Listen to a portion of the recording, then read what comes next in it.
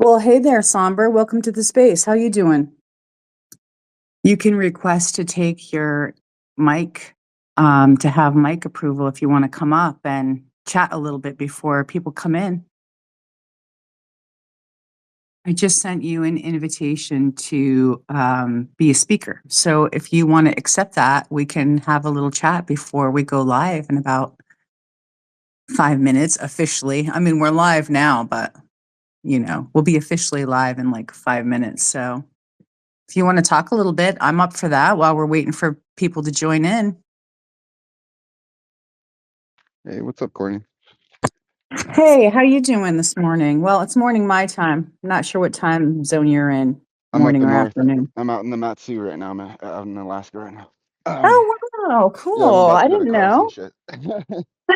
Yeah, no, Right I'm making a on. list for cars and listening to you. I just heard your invite while I was talking to my wife about what we're getting and stuff. So I thought Yeah, I'd well, pop in though, just so you didn't think I'm blowing you off.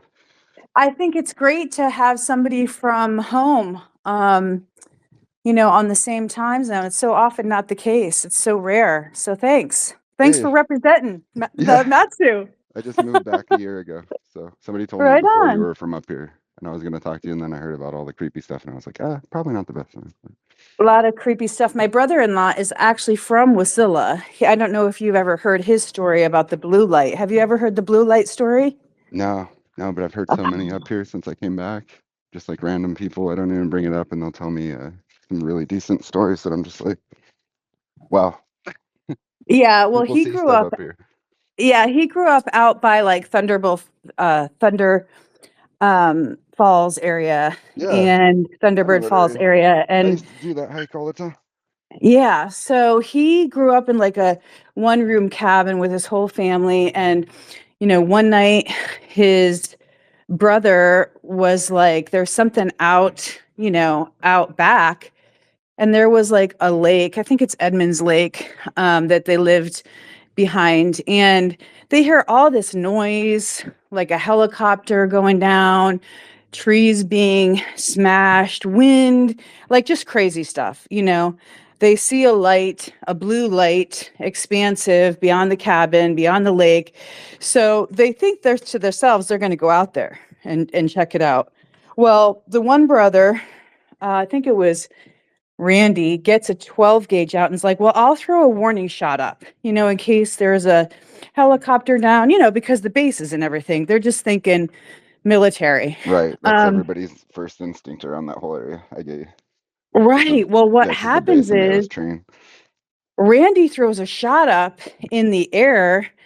They go outside, and all of a sudden, the light collapses down very small, and they feel this like doom, like impending doom coming over the hill towards them, towards the cabin.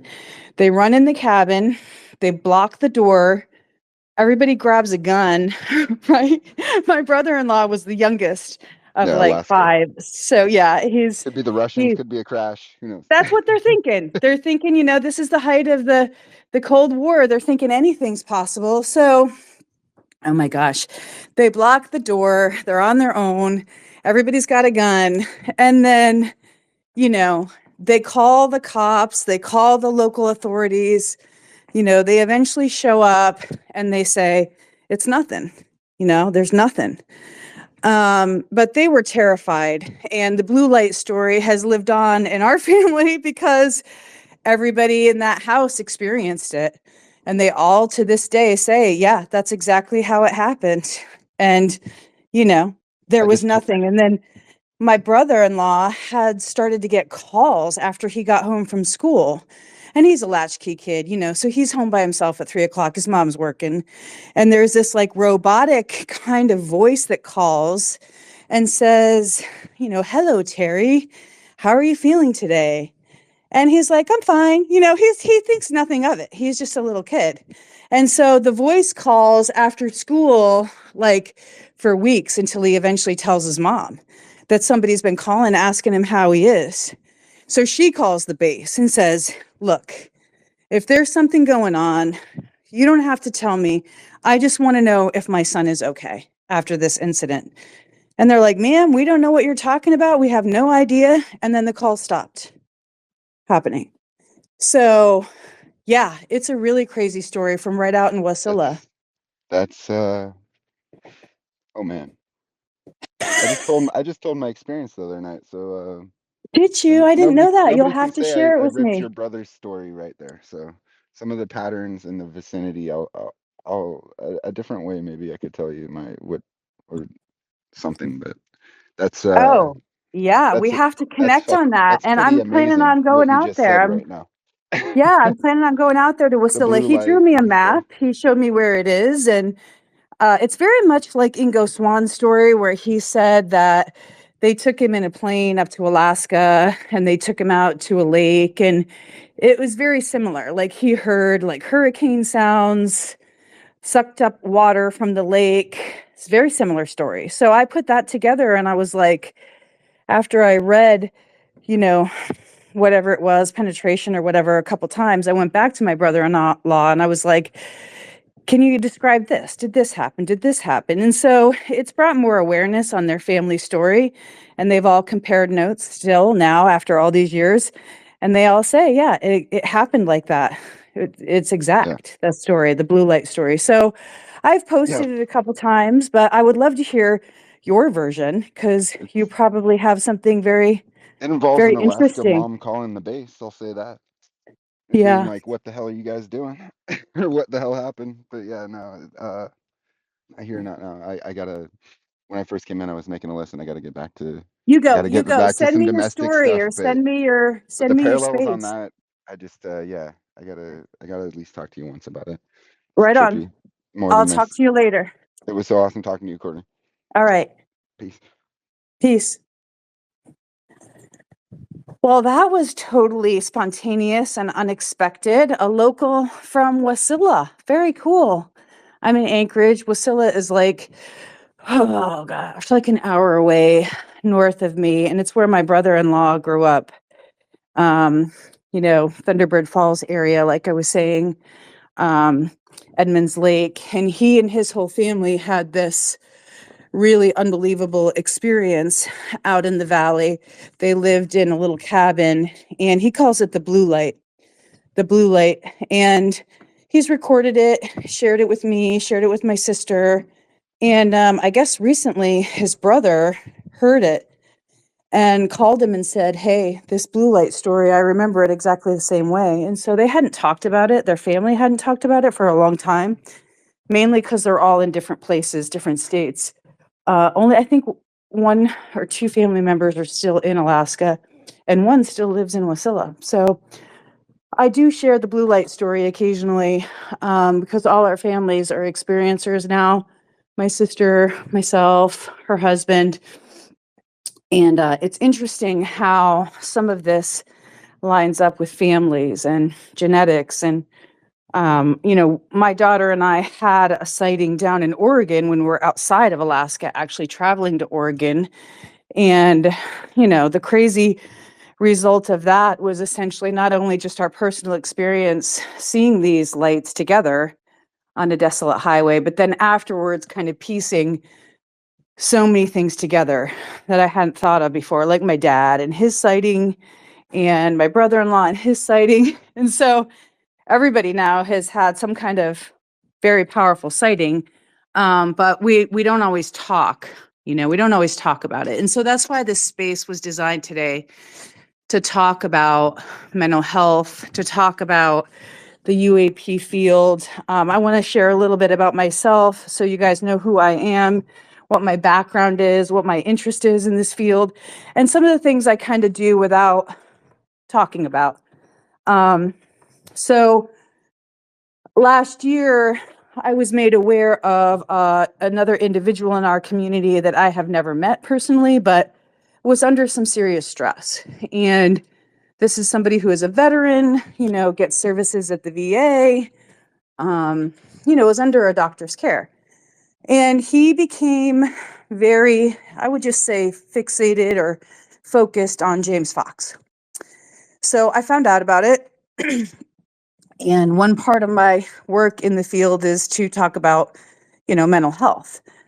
mental health as it relates to this field of research and study, but also mental health in, people who have had encounters. And this individual has had many encounters. And it became to my attention through a psychologist. And he basically asked me for help. Like, how can you help me get word to James Fox? How can you help me help this person? I'm not his doctor, but I'm concerned because some of the things that he was saying were, associated with risk.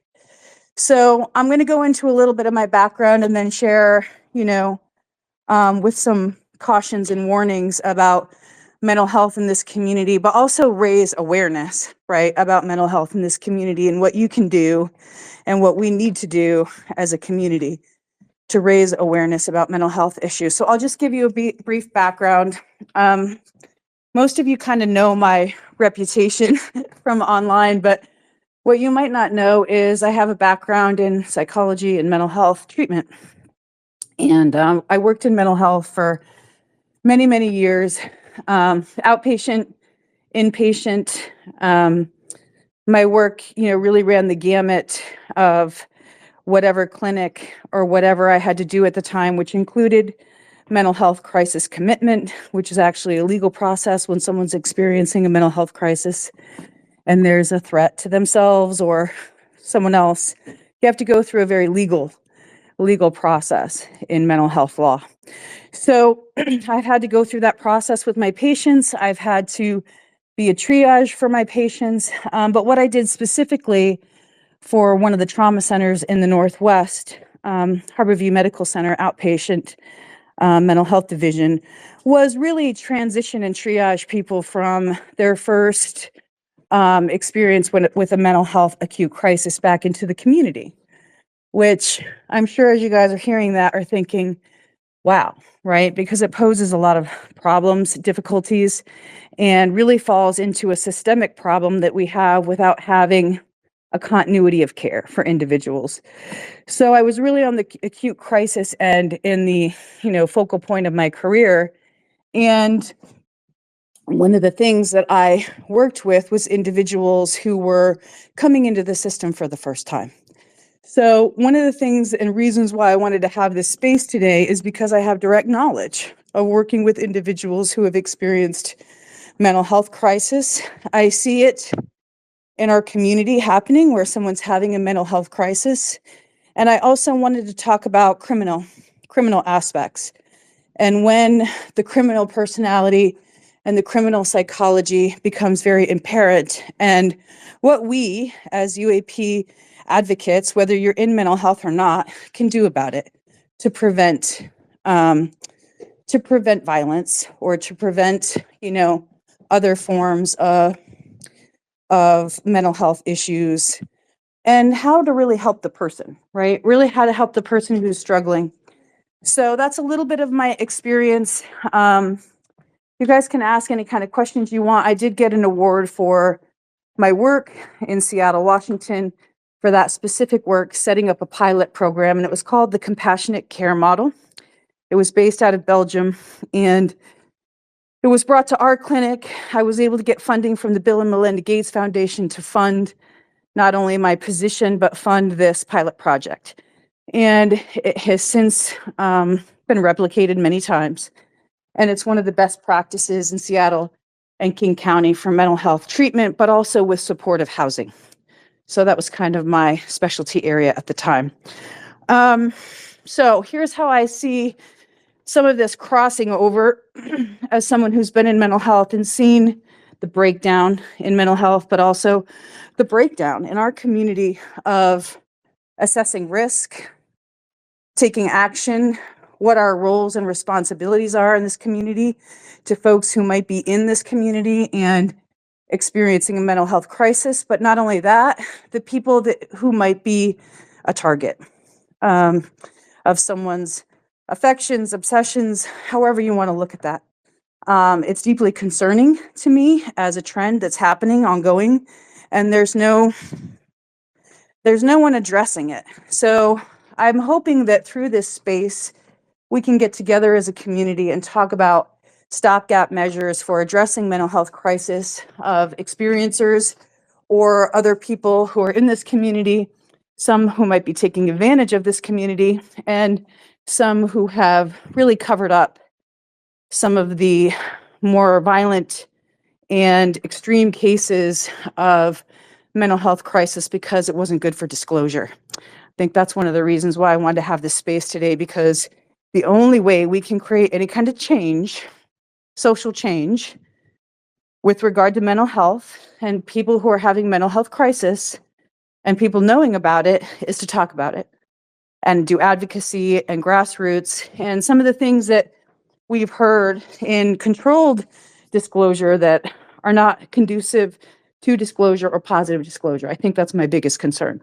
Meanwhile, some of these other things are happening and they're not being addressed, specifically risk and risk factors. So with that being said, I'm going to open it up to Q&A for all of us to discuss, but I just wanted to break down a few things. Like I said, there was a case last year that I was tracking where a psychologist contacted me and said, hey, I need your help. Okay, so if this happens to you, you're in mental health, you're either a provider or you're somebody who's an advocate or somebody who works in NAMI or some other kind of organization, and you might be in UAP world, right? UAP land.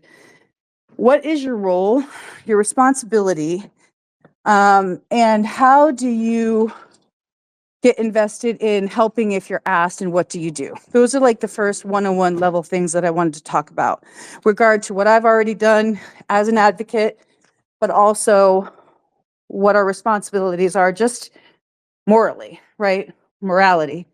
So what ended up happening with this case is this individual tracked James Fox through multiple states, knew where he was, called him, emailed him, followed him, and I knew about it. So I just continued to work on tracking where he was, when his last time of treatment was, who he potentially saw, and then getting the word to other individuals that this was a high-risk individual who had had a hospitalization, who had been discharged, the date that he was seen, in order to just try to prevent any kind of acute crisis from happening, and certainly to let James know that this was ongoing and that he was the object of this individual's fixation.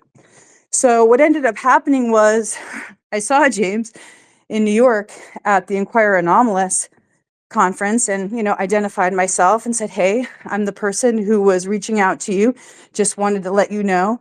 And, we discussed it, and that was the end of it, and nothing did happen. But along the way, the individual who was essentially following him, right? Following his whereabouts, tracking him without him knowing it, we reached out to him, and he did receive some support along the way with some good mental health providers in our community who were able to talk with him, do some assessments, and basically like quell some of that high level obsession that he was experiencing. So that's kind of the grassroots level that we handled it as. And it wasn't just one person, it was multiple people doing outreaching, making sure that he had some point of contact within the mental health community that understands UAPs and understands this field and this phenomenology. And we were able to de-escalate the situation. But it was all done by providers who work in this community, understood what was happening, and were able to prevent an acute crisis from happening. So that's one thing. The second thing I think that is needing to come to people's attention is that, especially for providers, people who are in the community providing services and are aware of the UAP aspects of after effects, for example, integration issues that happen after an encounter. I think we really need to do a lot more education and a lot more advocacy, and I would dare say activism from the mental health approach and perspective, because from what I'm seeing, there's just not enough information, education, and training and learning development about UAP-related issues. They're all going to basically be put into a diagnostic criteria that does not look at what an experiencer is going through. And there might be overlap with other mental health issues, but we also know that there are things that come up that are exclusive to mental health after contact or after an encounter. So that's, I think, the biggest concern of all is lack of education in the mental health community. So the third thing I wanted to talk about is, and I'm just going to open this up to all the folks who are tracking this, is the issue of schizophrenia and schizophrenia as a diagnosis, as a diagnostic criteria, but also in research now, we know that there are studies that have been talked about schizophrenia and what it really is. And this is great concern to me, having worked with people who are going through their first psychiatric experience, inpatient hospitalization, and triaging them out. I want to tell you about a very special patient of mine who was a physics full scholarship, UCLA. You know, he's in the lab, he's doing the work. He was like the next John Nash. And of course, at the Harborview Medical Center, we were also affiliated with the University of Washington Medical Center. And so we had some of the best psychiatric doctors in our facility. We were a teaching hospital, so I trained many students coming through the social work program because we at our outpatient clinic had an infrastructure. And when I say infrastructure, we were connected to the inpatient unit. We had our own units in our department, acute care, crisis, transitional care, rehab. I mean, the whole continuity between inpatient to community health. And many of you, or if you're in social services or sociology or whatever, psychology, you know that during Reagan's administration, he cut funding for hospitalization. So a lot of mental health care was transitioned to the community. And that was part of a huge sea change in mental health care. So I was part of that in my early career because it was all community mental health. And one of the things you find is that when you do outreach to people in the community, some who are homeless, who are also struggling with mental health issues for the first time in their life, it's hard to get access to treatment. It's hard to do outreach for one and build that, you know, continuity and bring them into a mental health community. But with my patient, I'm just going to call him David. You know, he left Southern California, got in his car, felt like big tobacco, the government, the CIA were following him and inserting thoughts in his head while he was in the lab, the computer lab. So he got in his car and he drove to Seattle and he wound up, you know, ending up under a bridge. It is cliche, but in this situation, it was true. So his car got towed and Craig Renenbaum, the chaplain at Harborview Mental Health Center, outreached David and got him in the hospital. And so that's where I got to meet him because he was going to come into this pilot project that I mentioned earlier in the call called Plymouth House of Healing. And it was a pilot project in the true sense of the word. The faith-based community, Plymouth Congregational Church, had rehabbed an old home. And in design of this model, the Belgium model called the compassionate care model. So David got to go and live in this beautiful rehabbed house just miles away from Harborview Medical Center where I could, you know, come and see him and help him transition outside of that specialized housing program back into the community after having experienced a mental health crisis. So in my one-on-ones with David, him coming out of this vulnerable time period, you know, I had expert advice and counsel by our head of our department of psychiatry, Dr. Rick Reese. And he was the one that said he's the next John Nash. And so I had read A Beautiful Mind and I understood the concepts and that Nash had gone through his own experiences with mental health and had kind of identified that he was going through a mental health crisis. Some parts of it he figured out himself. But when you don't have that high level of an individual, it's mostly up to us, the providers and the treatment providers, to help that individual walk through that delicate, vulnerable period after coming out of a hospitalization into society again. So that was my job. And also to set up his housing in the community outside of Plymouth. which I did. So one of the things that's concerning to me, having worked with people one-on-one, especially receiving treatment in one of the most secure level, highest level facilities and care, which does medication management, and so many doctors and social workers and inpatient nurses trying to help somebody address symptoms. So when they get discharged, they can live a normal life. It's a very, very delicate process. And so that's why I want to, in this conversation with everybody today, look at what's happening in the UAP community very delicately, because the people who do outreach, the people who do that work every day in and day out, are not aware of the UAP issue. A UAP issue or a contact issue could result in someone being in that delicate situation or just outside of it or in any step along that process. So when I start to see things about schizophrenia, autism, and how we need to change our perceptions about them in the UAP community, I'm cautious, extremely cautious, having worked with people one-on-one. So I would love to hear what people think about these issues, about acute crisis, about mental health, how we can make change, and how we can work together to address acute crisis and prevent violence. And this is the last thing I want to say before we can discuss it together. The reason why I brought Christopher Gray up for today's space is because it has every indication of what goes wrong. Christopher Gray was someone who was experiencing a mental health crisis. He was in the UAP community and a researcher, and he was connected with many, many of the leadership in our community and in communication with them.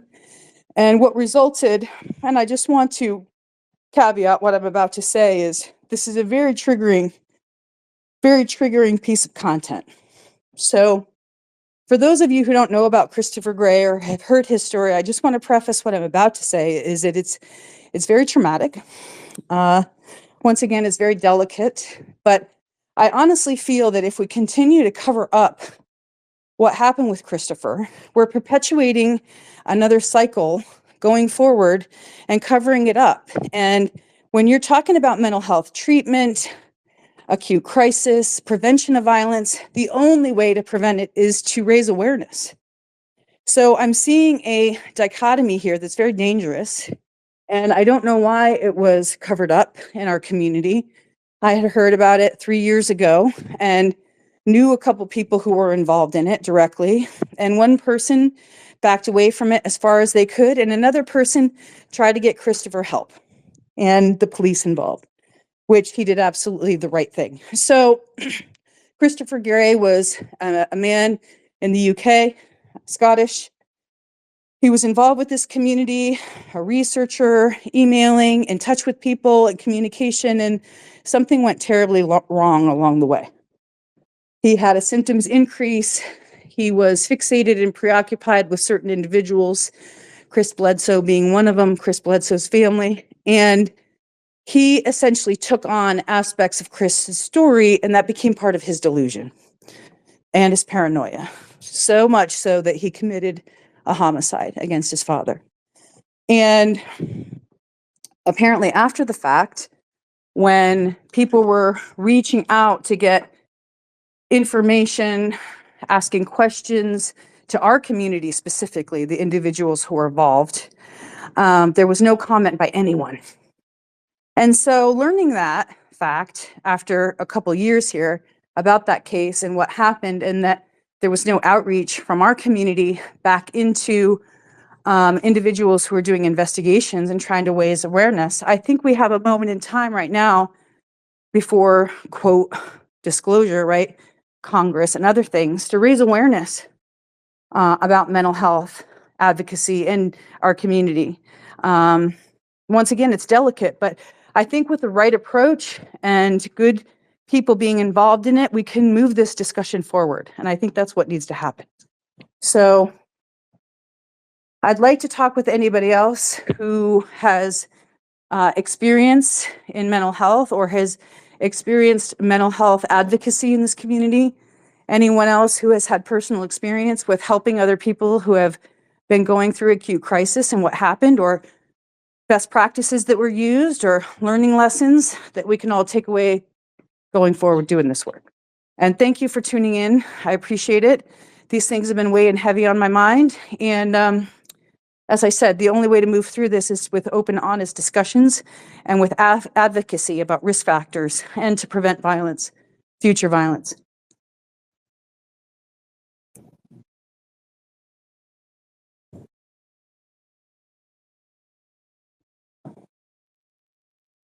Panda, go ahead. Hello, everyone. Yeah, I've been on the Christopher Gray beat for a while too. I think it's really important to discuss in this community. Me and Tupa have been, because not only he was an attack dog of this UFO hate group. We have a testimony from multiple people who were targeted by Christopher Gray. He would compile information on people, very much like a KMF. He was harassing people, sending people pictures of their home. And this was kind of more along the TTSA narrative as opposed to like strictly the Lou Elizondo narrative, but it was still that same kind of what's the word? It's like beyond a fan, right? You're not just a TTSA fan now. You're willing to do things that are like not good for this stuff. And then there's also the Bledsoe connection, where apparently he was like a liaison for Bledsoe to do like faith healings for some people. And yeah, the really disturbing thing is, like you said, and I'm curious. I'll say it after, but there was a concerted effort to like dox and harass anyone who even spoke about this murder. And a bunch of people on UFO Twitter were sent it. A guy stabs his dad 110 times. He also, and again, I don't know how deep you want to get into it if you're viewing it all as schizophrenia, because he does claim that he was in communication with the Chris Bledsoe lady, which, I mean, I'm not opposed to be honest. I think there's like a trickster, deceitful thing to this phenomenon. So like an entity whipping up someone to do something crazy like that is not beyond what I think could happen. But also if you listen to what he says in the email he types out before he does the deed, he says like, you don't try and kill God. There are time traveling aliens all around here. The lady is coming. Judgment Day is coming.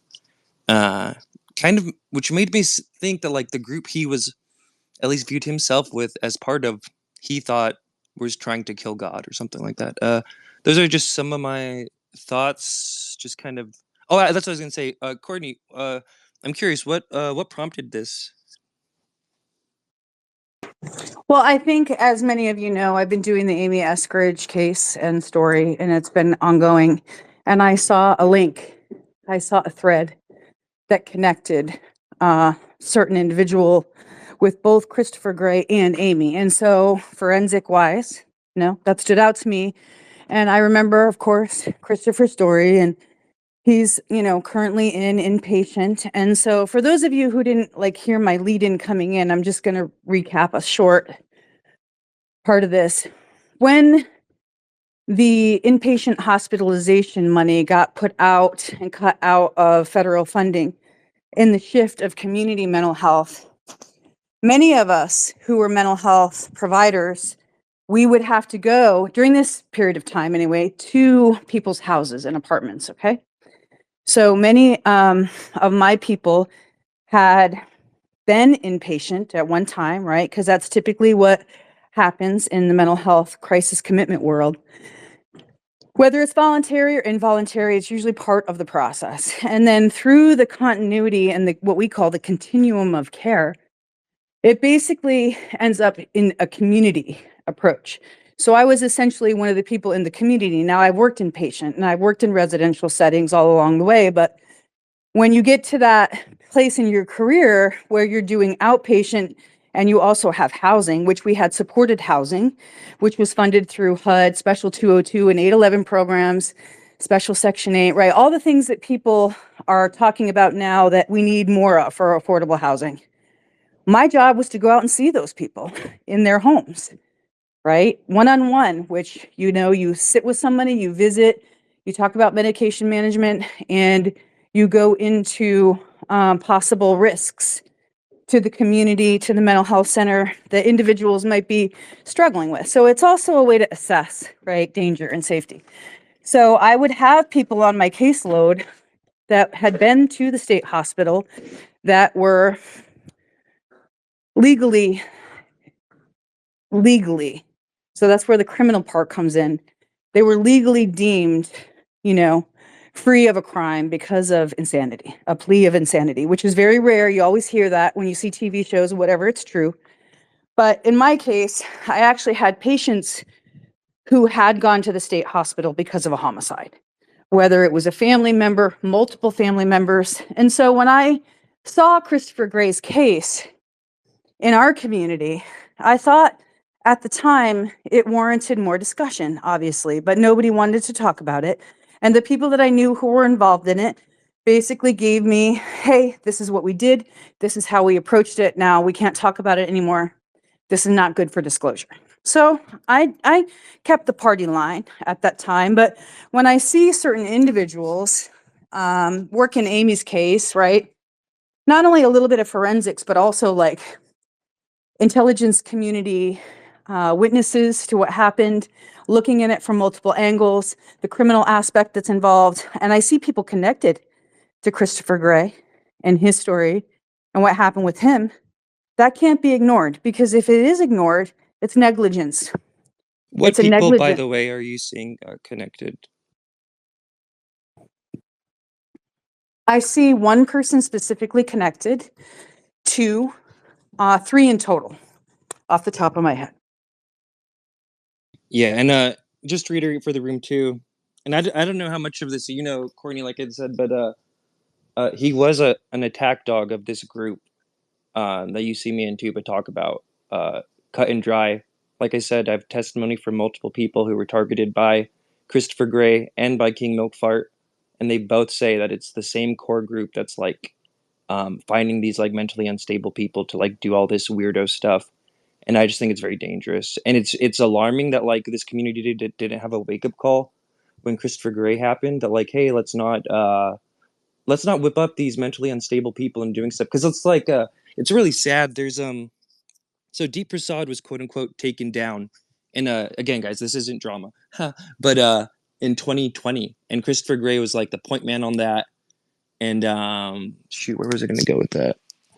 I can't think of it right now, but yeah, just messed up that like this is still happening and it was covered up so bad, and that like it's basically history's going to repeat itself, because like people weren't even allowed to talk about this. Such a strange dynamic in the community, and it's a lot like you said. It was viewed as, if this got out to the mainstream, like how connected this guy was to Chris Bledsoe, and how connected he was to actually some of the heavy hitters in this field, right? Like it would hurt disclosure, and I just see so many bad moral judgments made on of, let's just let this slide or else it'll hurt disclosure, and yeah, it's gross.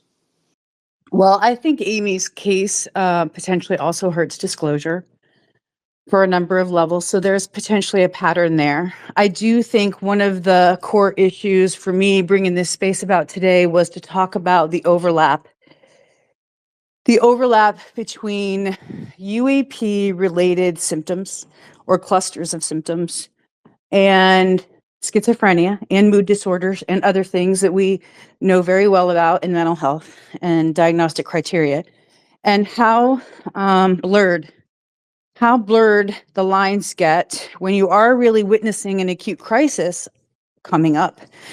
And the responsibility that we have, even if you're not a mental health provider, right? Like the responsibility we have as being moral, recognizing that there is something potentially coming and what to do about it and take action. And I think the concerning part for me is that if these more violent type issues are covered up, it doesn't give us an opportunity like we would in mental health.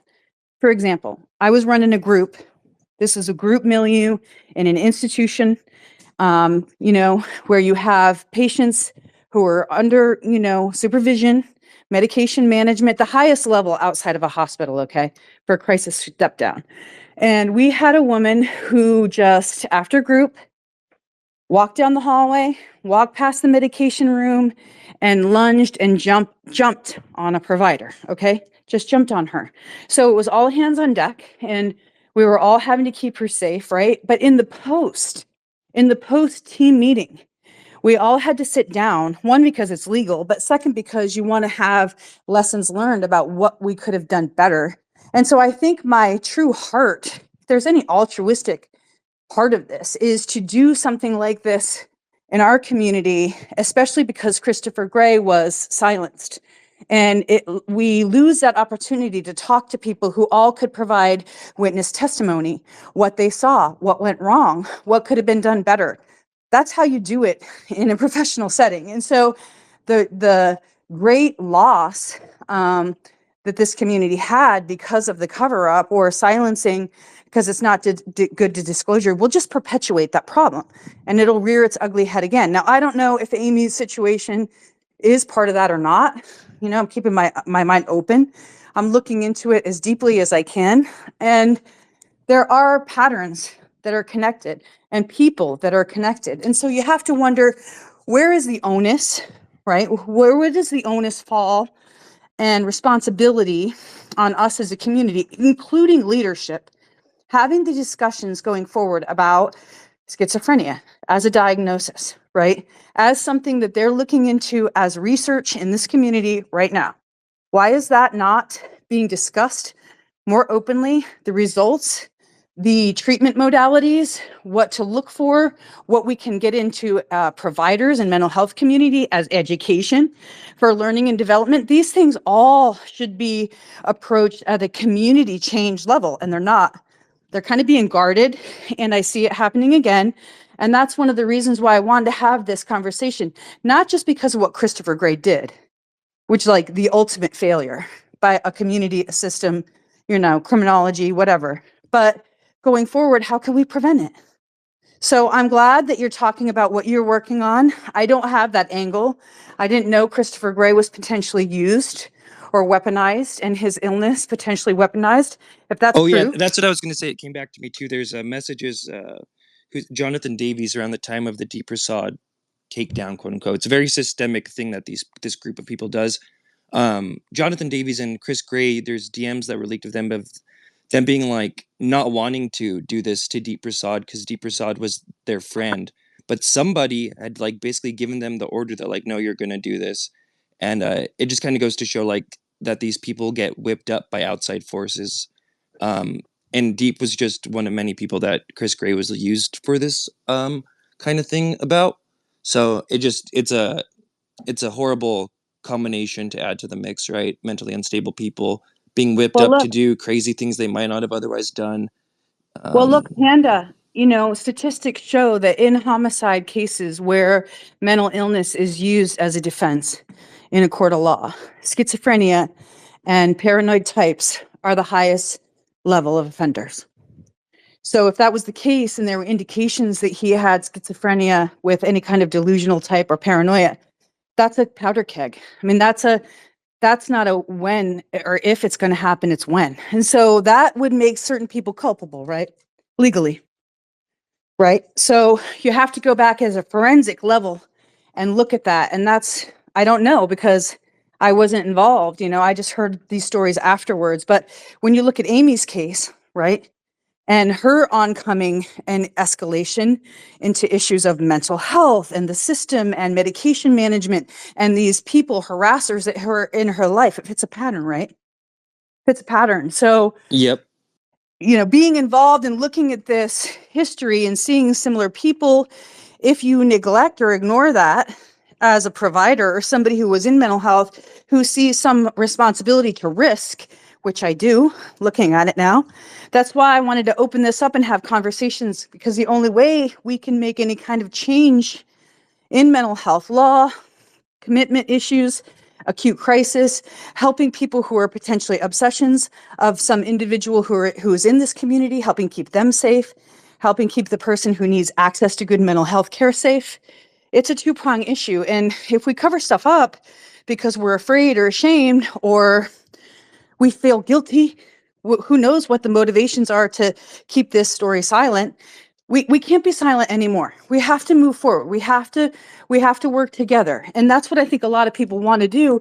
But we also have to look back and see what went wrong in order to do right and do better going forward with lessons learned. That's my opinion. Everybody might not agree. But my hope is in championing some of these issues in mental health awareness, which is what I try to do.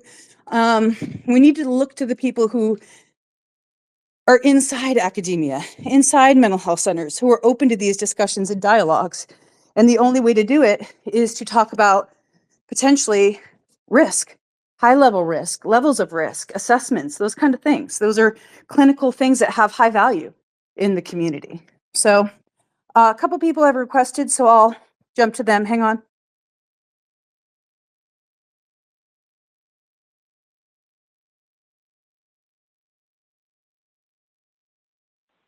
Hi, Courtney. This is Linda. Okay, so there's multiple things here. First of all,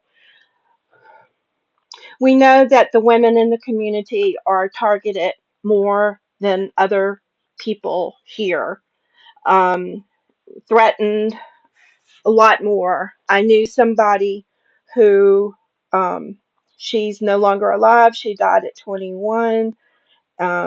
It was in very suspicious situations. Her executress told me that it was highly suspicious. She knew who she was going to have investigated, which would go nowhere because the person involved was a very top level CIA type of person and was also connected with Chris Bledsoe at one point. Okay, and so um, she had repeated threats to her life. She ended up going to another country, and that's where she ended up dying at 21. Um, and so we're, especially the women, we're threatened all the time by these people. But, you know, there's a lot of problems with all of this because of slander and libel threats and all. You just can't go around saying XYZ is this person and he's dangerous and watch out for him and talk about him in groups. The other thing is that there are professional mental licensed counselors in these fields, and they don't even trust the other people involved in this field to be able to come out. I have a letter from such a person who I am not allowed to publish until the person dies, who talks about how this individual was treated by other mental counselors and such in this field. Um, and so it's always curious to me that some of the people that are often the culprits are the ones that get to talk the most in spaces.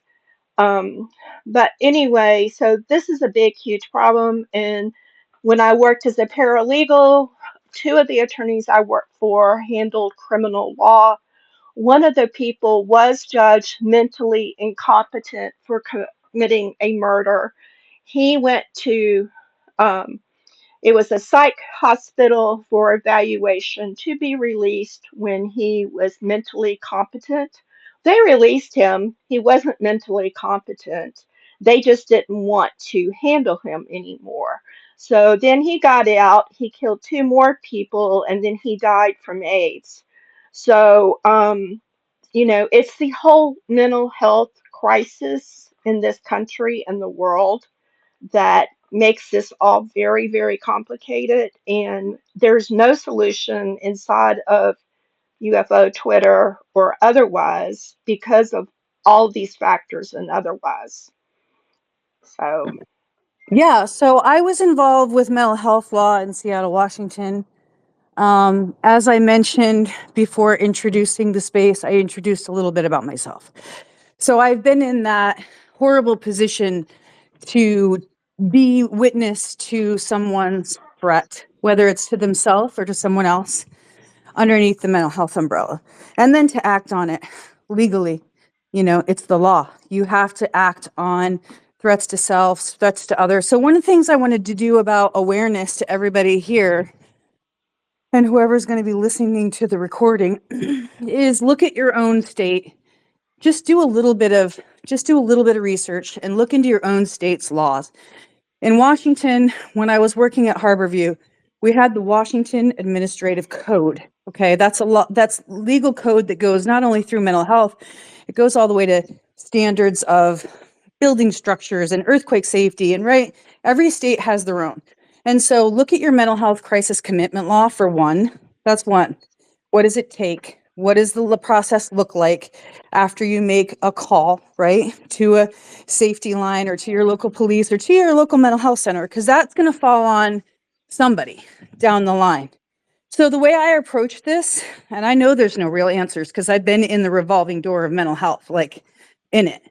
I've been the one provider that goes out when somebody is had a threat, and then when somebody even does do violence on themselves or somebody else. So I know very well how difficult this is, but I also feel the best approach to move forward is for everybody to get a little bit of education around what happens and what to look for and how to make that call and who to call. Because since we can't rely on mental health providers because it's so limited and the system's broken, it falls on us, right? It falls on society. It falls on the people who see these patterns rising and escalation of violence and escalation of threats. It's up to us. It does. The onus comes onto us, in my purview, as to what to do. And you guys might not all have that experience in the system, but we can certainly arm ourselves with information, knowledge, reduce stigma, work together. Those are all positives. Help one another, right? And we might not have an answer as a real stopgap measure right now for treatment and providing support for people who are in the UAP community who need a specific or specialized type of care, which I would like to see that someday. In the work that I've seen and done on a one-to-one level with patients, it can be done. And so that's my hope, that someday we can all create this through advocacy, activism, Congress, support, because we all know that there's something very real in the symptomology of experiencers. And I'm not going to feel upset to say that because it's real, right? And it's something we have to grapple with. And the only way we're going to grapple with it is we have these conversations about what the stumbling blocks are going forward. Why can we not talk with Congress about experiencers? Why can we not talk about Christopher Gray? Why can we not talk about what went wrong so we can do something different and help and make things go right? I'm not going to have a defeatist attitude that it's not possible, because I do think it is. I've seen the impossible become possible as a direct result of faith-based community, organizations like the Bill and Melinda Gates Foundation, my own agency, which was a state-run agency. So I saw the impossible become possible because I'm working with a faith-based organization who put their money behind what they wanted to do in terms of community action. And I'm a state organization. So you saw church and state in that situation, which was remarkable at a state level of the minutia involved in the overlapping systems. So I do think it's possible. I believe it's possible, but the only way we can make it possible is to make it happen. And so I heard Steve Bassett say on the marathon space, about a month ago, that experiencers just need to hold on, right? It's going to happen. They're going to get their day. They're going to potentially have their day in court. Well, it's more of the trust me bro style, like, hey, just hang on there. Well, meanwhile, we're having constant crises happen.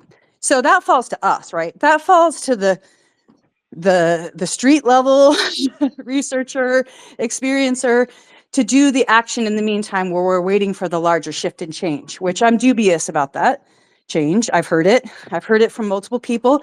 I've even heard, stand down, Courtney. This has to be done by certain people, and it has to be done by a certain way. And what I've said is, who are those people who are writing the law? We should know who they are. That should be public information. We should be able to read the law. And if it's the right law, then we should be able to lobby it. openly. And so the fact that experiencers aren't part of that, and that this whole thing of this is bad for disclosure, I'm sick of it. I'm sick of it. It's a tiresome notion. It's not helping grassroots. It's not helping activism. And if the people who are for narrative disclosure want to keep that tight, that's against democracy, in my opinion. And it's against change moving forward. And it's against good people who are even just do-gooders, trying to do good, being supportive of it.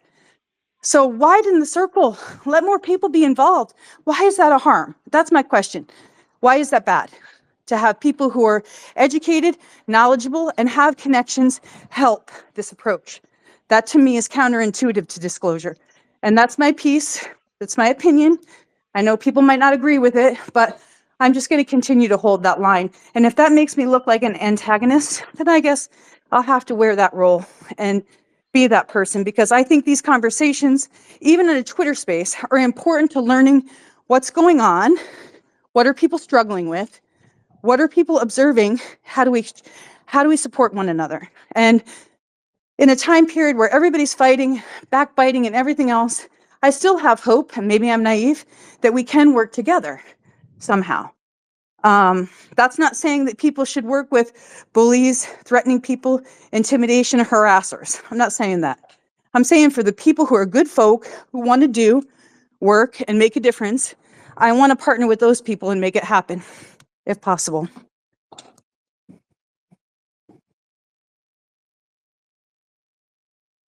Craft beard. Hey, Courtney. So one of the questions that you asked earlier is why are we not having more conversations about things like schizophrenia and delusional disorders? And I think one of the difficulties is that the lore of ufology itself renders a lot of these symptoms invisible. So Amy Estridge, for example, how many times have we all heard the conspiracy that she was whacked by whoever because she got too close to anti-gravitic technology? So the community cannot learn from a case like that because the conspiracy that is used to that is invoked to explain the death completely renders the ability to even talk about her mental health issues impossible. Um, there are so many pieces of lore that are identical to schizophrenia, delusional disorders, dissociation symptoms that are simply preferred over any kind of mental health explanation. So thought insertion in schizophrenia, for example, is often attributed to NHI communication or NHI inspiration or downloads, for example. That there's a active hostility from many parts of this community to even consider the possibility that our minds are powerful enough to generate certain kinds of experiences. For example, we know that hypnosis sometimes can create the experience of an abduction, but there is such a resistance to even acknowledging that because it is perceived as a debunking tactic. And I don't see any way that we can have meaningful conversations like these because the lore of the field itself gets in the way of even being able to see these symptoms for what they really are. Okay, so I'm just going to challenge you on that because I know, I think that you might be a mental health provider. So when people have schizophrenia, and I know you know this as a provider, there's positive symptoms, right? There's a positive list and there's a negative list with schizophrenia, right? The more positive shows a certain type of treatment, right? And also a certain time period of treatment for positive and negative symptoms of schizophrenia. So one of the things that I find very troubling about what you said about the conspiratorial nature of what an experiencer goes through, and Amy was an experiencer, that they have to deal with one, family of origin issues, right? Is access to mental health treatment looked upon as positive or negative when somebody's going through a mental health crisis? Second, what's the access to treatment, right? What's the access to care? When you get access to care, what does that look like? Now we know thought insertion, telepathy, a lot of these things that we talk about in NHI communication, which has been adopted, right? It's been adopted. The language has in our community as real. when we see that in the mental health community, and you're saying that we can't do anything about it in these conversations, I actually believe we can through education and teaching and learning development in academia and in counselors, because as a Harborview mental health, I trained licensed social workers coming through our program. Right. So Yeah, we sorry. could easily train about this and the different perspectives or opinions about it. And the hope would be to create better patient care out of these learnings. So I actually had to challenge you on that, because I understand the diagnostic criteria. I understand the way the mental health community perceives positive and negative symptoms. I'm saying that if we have a roadblock, the way to work through that roadblock is collaboration between our two communities, right? Why could that not happen? Kraft, I'm just asking you specifically that question. Yeah, and I should clarify. So I was talking about the UFO community itself and having these conversations to hopefully teach them to look for signs. Obviously, the mental health community has a lot to learn about the topic, how to distinguish certain kinds of cases, but it's when trying to do outreach with the community itself that it becomes very difficult. So even mentioning the possibility that Amy Eskridge committed suicide and she had, for example, paranoid delusional disorder or whatever, it is immediately met with resistance because it is just such an easy conspiracy to spot because it fits the lure of the government wanting to cover up anti-gravity technology. The obstacle I see is between the mental health community and ufology itself, because it is so often perceived as a hostile threat, because it is perceived as a kind of debunking to try to explain how certain experiences can be internally generated by the mind rather than externally. And those are the kind of conversations I think we need to be having.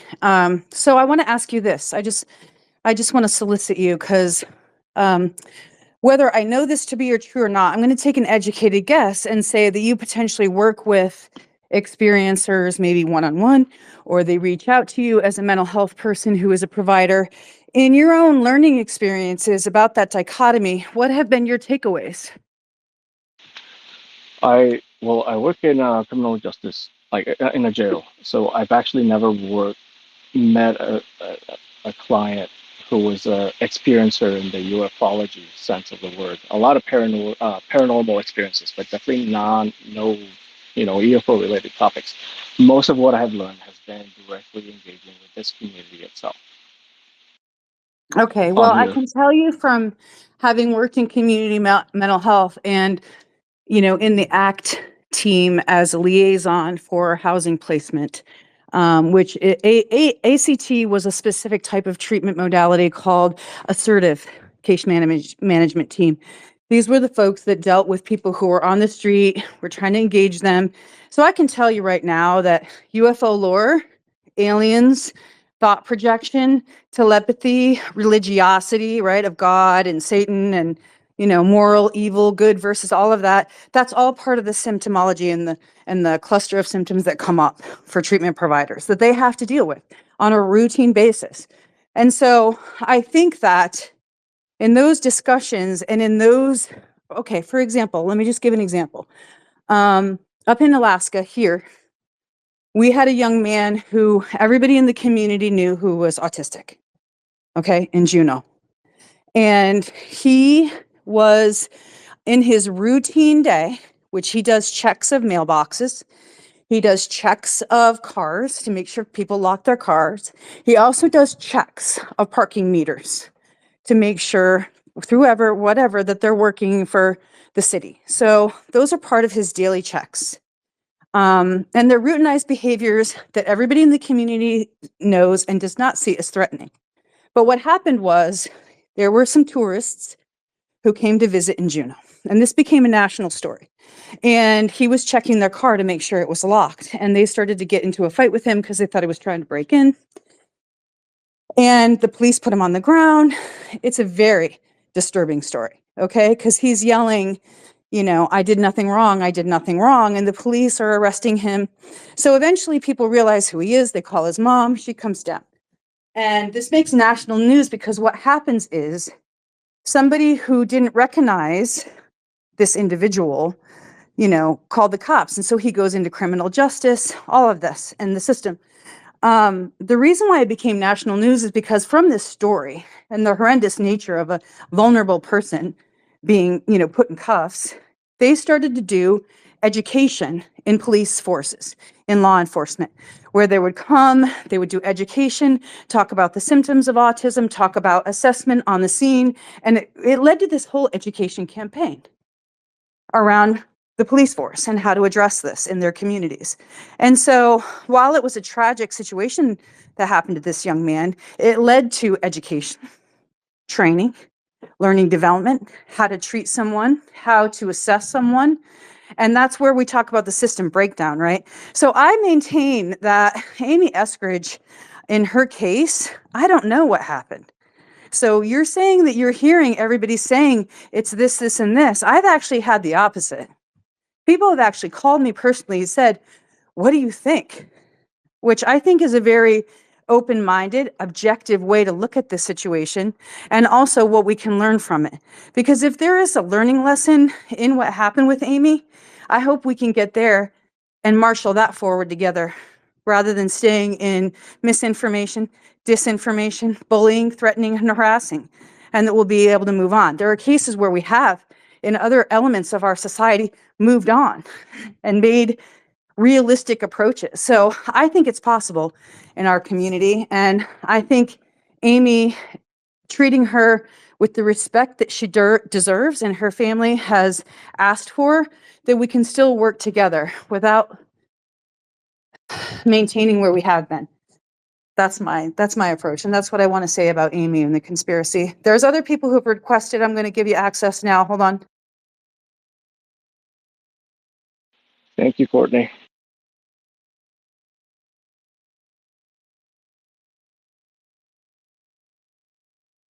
Hey, Ted, I'm really glad to see you show up this morning.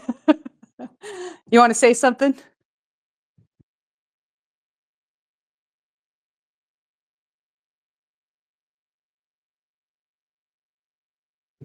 Well, it seems like Ted might be working on his mic or approval. So let me go Greetings. ahead.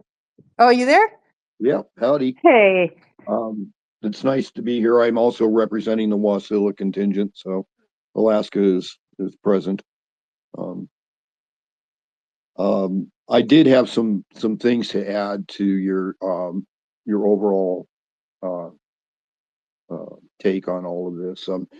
The issue with mental health and let me just start with this. I run a program, UAP Med, and we're focused on three aspects of the UAP matter. One of them is medicine, the second one is mental health, and then the third one is community safety and wellness. And where those things overlap are areas where we're trying to develop policy, protocol, and procedure. We've had some overlap with APA on issues of psychology, and of course we're dealing with advocacy for the mental health community, for experiencers in the mental health community. And I got to say that I'm encouraged. A lot of the responses we're getting from clinicians have been very supportive. We've had a lot of interest. We've had people joining our group and lending their expertise, if not their names, to helping us develop issues of diagnostics and differential diagnosis.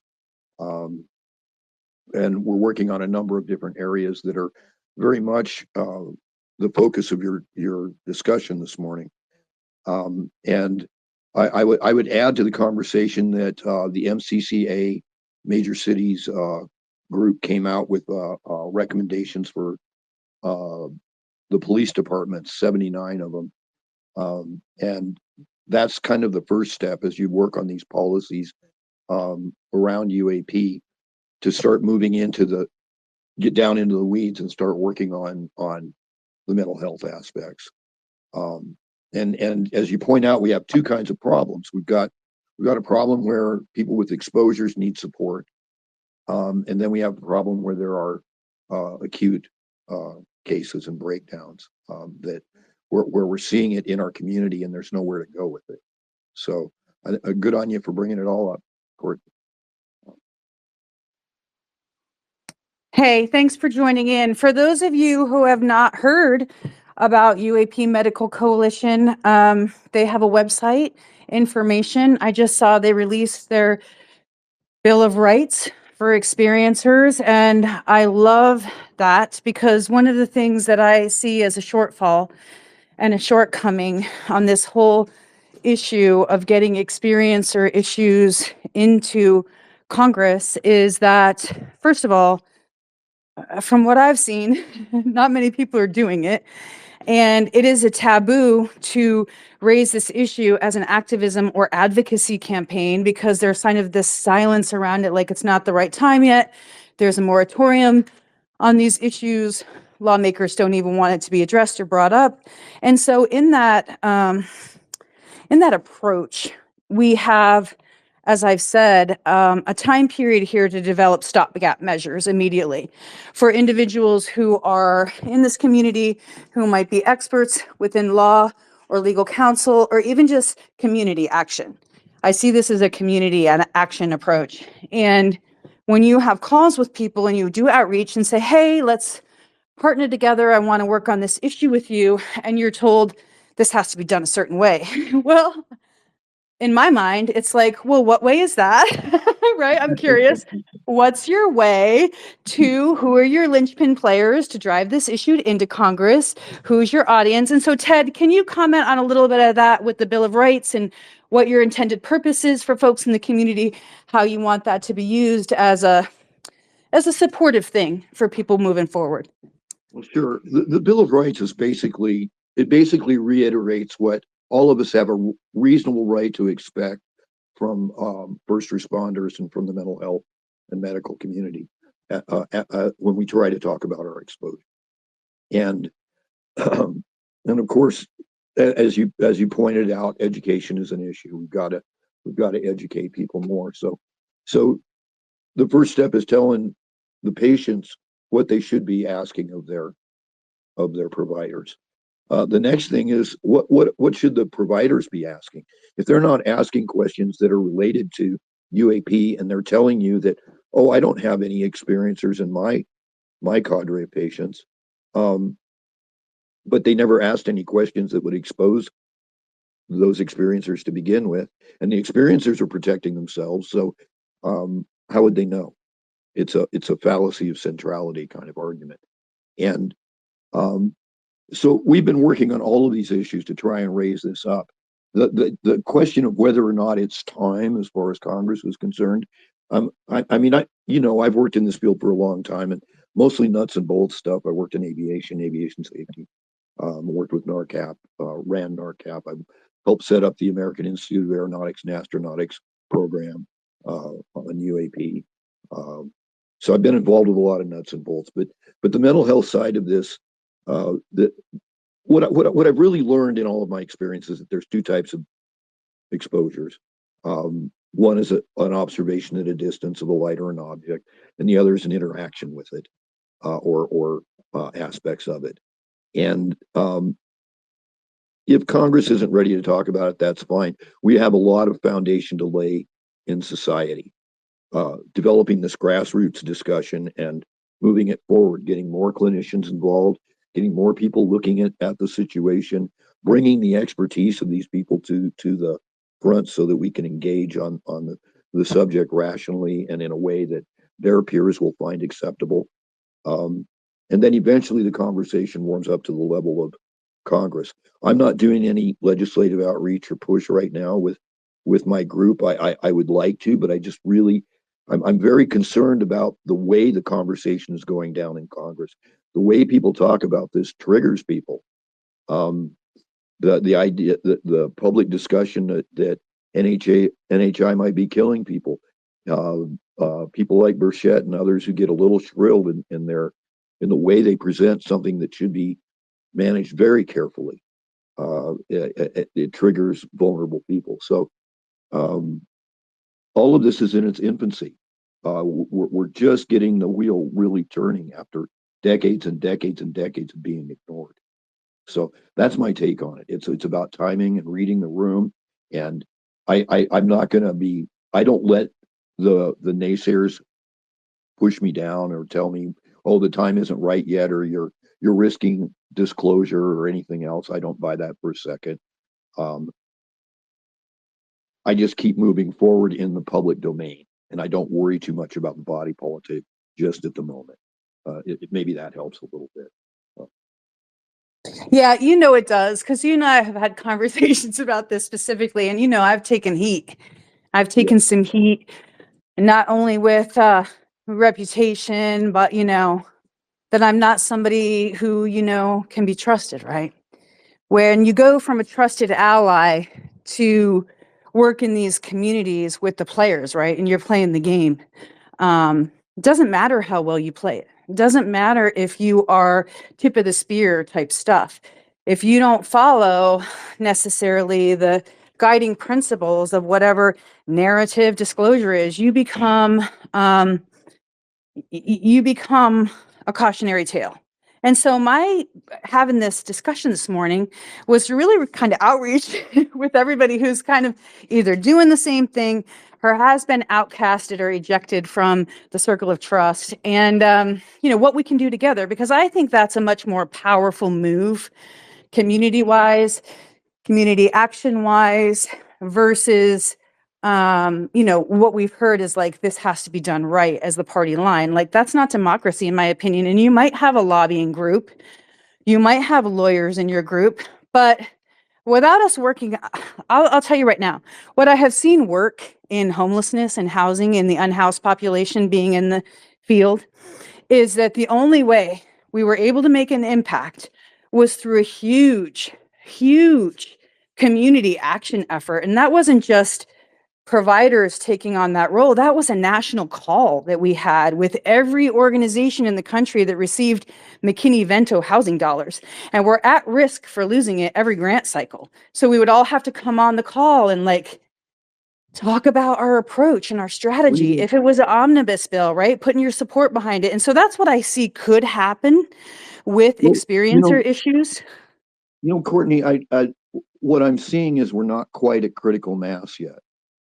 At the hue and cry hasn't raised enough. Like in our discussions with APA, they didn't seem to think that there was enough of an issue around UAP and UAP experiencers to engage the matter at a level of say their conference, their yearly conference, and greenlighting a paper or two on the subject. It's stigma, but stigma can be overcome with critical mass. If you get enough people, enough hue and cry, things change. If you get an innovative thinker with some people behind them, things can change. We lack both of those things in ufology. We do not have innovative thinkers up front. We don't have science and research up front. Okay, it's really just a court of personalities and rumors being bandied about and triggering reactions and responses out of the body politic.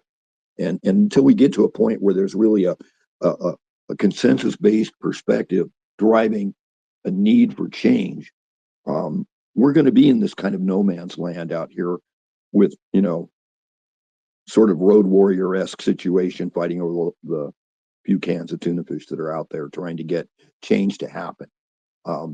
Once we get to a point where there's a national conversation, when I have more psychologists in my group than I have room in my Zoom meetings, this kind of thing, I think then we'll start to see traction. But right now we have to create that traction. We push. We say, hey, these are issues. People are having these problems. People in your family are having these problems. And keep in mind that when we talk about ufology, it's a small pond. And there are so many people out there with UFO experiences who never come near ufology. That the estimate in exposures is as many as 1 in 50. So that being the case, we don't really need to persuade ufology. We need to speak to our fellow citizens let this information come up and get a critical mass. I agree. And I think that it's like the Wild West right now, where you have, some power players. Yeah, some people have some money. You have some other people that are approaching this from, more the community action level. And so one of the things, I can draw on from experience about with lobbying for the McKinney-Vento homeless assistance in our local constituency in Seattle was that it was a loser. It was a political loser because housing was a political loser. We lost units of housing, in 99 that we had to repair and make up for it. And so there wasn't popular support. And it did come down to that strategy and that innovative thinking. And we were able to convince Slade Gordon, who was a Republican at the time, long-running Republican, that this was a Republican issue. It was a Republican, initiative through the Reagan administration to defund hospitalization, right? So we had to get his buy-in because it was a Republican issue that was faltering, and him losing housing in his region was going to potentially come back on him. And here's how this approach matters. The only reason we were able to, in some instances, get enough visibility on housing and homelessness was because somebody who didn't have treatment shot a police officer underneath the bridge in Seattle. And so then there was this huge campaign, right, for mental health treatment again. And so it does create an opportunity out of a horrendous situation, like what happened with Christopher Gray and his dad, to raise visibility and awareness. And I think that my whole hope with having this discourse this morning is I think we have a potential for something like that to happen again. And I want to try to derail it through safety and risk assessments and having these conversations. So opening it up to the public, in a sense, Ted, allows that critical mass to happen. And so I think that the other approach of don't talk about this potentially does us a disservice, don't you think? I do. At the same time, I think we should be respectful in how we talk about it. If we really think that there's an NHI that's abducting human beings and violating our boundaries and our basic standards of existence, we need to find a better way to talk about it. And like I said, not trigger the population, get the information to move, get people to take it seriously. And I don't know that we're going to do it by saying, with whistleblowers alone. Let's put it that way. I don't think that's going to clear the bar. But regardless of what happens in Congress, if we have the discussion in public, Congress will follow. So we need to raise this discussion where we can, where we have venues that will allow us to be. We helped set up the clubs at Tulane University and at Yale, the UAP clubs last year. We helped them write their charters and stuff and get their documents together and make that process work. Those are the kinds of things that in the end will create change. And if we can't get it to change tomorrow, then by golly, by a decade, we will get a change. And if you want to look at an example of a situation where, like, everybody had a story to tell about it and everybody was kind of part of it, it's the cannabis situation. You watch how cannabis went from being vilified and the body politic having to follow the public, and having to submit to the public will on the issue of cannabis and medicine, for example. And it's still a process that's in movement, but we're in a situation now where the DEA doesn't have a choice but to deschedule this stuff, and it never ever imagined that it would be put in at that level of confrontation. So we're kind of in the same situation with the UFO matter. Everybody's got a UFO story. Everybody knows somebody who's seen one, and yet the body politic is regulating whether or not we can know anything about it. And I think that if we focus on the public side and don't worry too much about influencing our congressmen and stuff like that, we'll create enough of a hue and cry that candidates can't afford not to be informed and behind. Thank you. Thank you for weighing in. Just so you know, I did lobby Dan Sullivan up here in Alaska, and I posted my letter, to prove it. And I look forward to working with you potentially, either in Alaska or somewhere else, maybe on some of these wider community citizen issues together. Let's do it. You've been missed in the meetings, so anytime you want to step up, the door's open. Thank you. I'm sure those meetings were like, after I left, they were like, "Oh God, we don't have to hear about from Courtney. We don't have to hear Courtney's take." Given Hot take. given the alternatives, you were a breath of fresh air.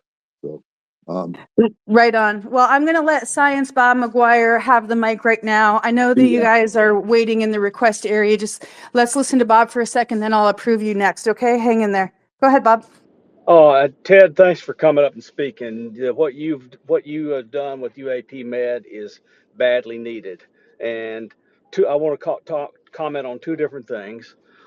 First of all, I want people to look at how, in the United States, mental health needs have been treated by Congress and states and local communities, and you know that if people need help, and they add to that they have been abducted by aliens, about how they're going to be treated.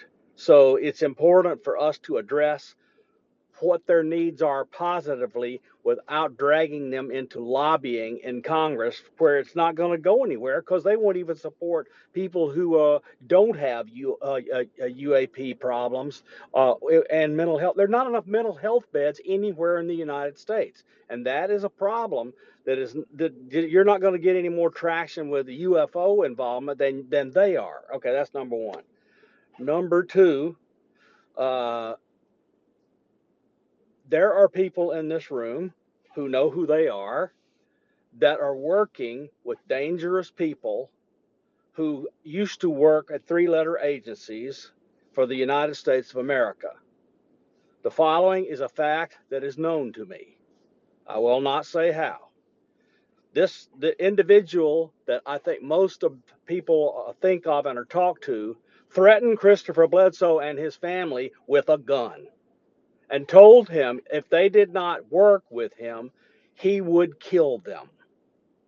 And people who are well known to the community, who might have started fancy organizations a few years ago, and who might have gotten best-selling books, they took up the mantle and they defended Chris and got that person out of Bledsoe's life. Do not work with this individual. He's one of those that was recruited where what the recruiters were looking for were the right kind of psychosis, because they will do what's needed in the field. Please stay away from this person. I'm begging you. That's it. Bob, thanks for your insights. Thank you for bringing awareness to what we all know is the dark side of this that we all operate in. We're not operators. We're not trained underneath the intelligence community umbrella of how to operate. Many of us are, onlookers. Some have gotten closer than others to these dangerous landmines in the community. So thanks for raising awareness. And I appreciate it. And I appreciate your insights and your warnings. Anyone who wants to talk to me about it, I will talk to them in confidence and tell them whether or not I feel they're being safe or not. And but look, we have to do some investigation. We have to push stuff forward, but we want to do it so that we protect our families and those who love us, and so we can be here to help the thing keep going. I've ranted enough. I'm going to drop down. Okay, Bob, thanks. And I want to share, just personally, I had a call. God, I don't know if it was yesterday or the day before, and I was talking with law enforcement, just getting a third opinion about writing about Amy and what's transpired and the warning signs, and even like a physical visit from some unknown characters, and just doing threat assessment, right? Just doing threat assessment about going forward, how to handle this, and it's very real. And I want to just say thank you to that person in law enforcement who gave me some very real tactics and approaches. And they said, the most important thing is that you keep yourself safe. We need you. And people like you. And so I do want to encourage anybody, if you have your own investigations and stuff like this comes up, whether it's the darker side or whether it's potentially a acute mental health crisis, reach out to other people that you trust, that you can have these conversations with privately, to give you insights, to get everything out of your head, don't worry about offending other people in a circle of trust. If you have serious danger or health and safety concerns, like reach out and have conversations, because if you get it out of your head and make it real, it allows other people to work with you in a creative way and even bring that real world approach and experience into threat management and how to do it in a realistic, practical way to keep yourself and your family safe. All right, hold on a second.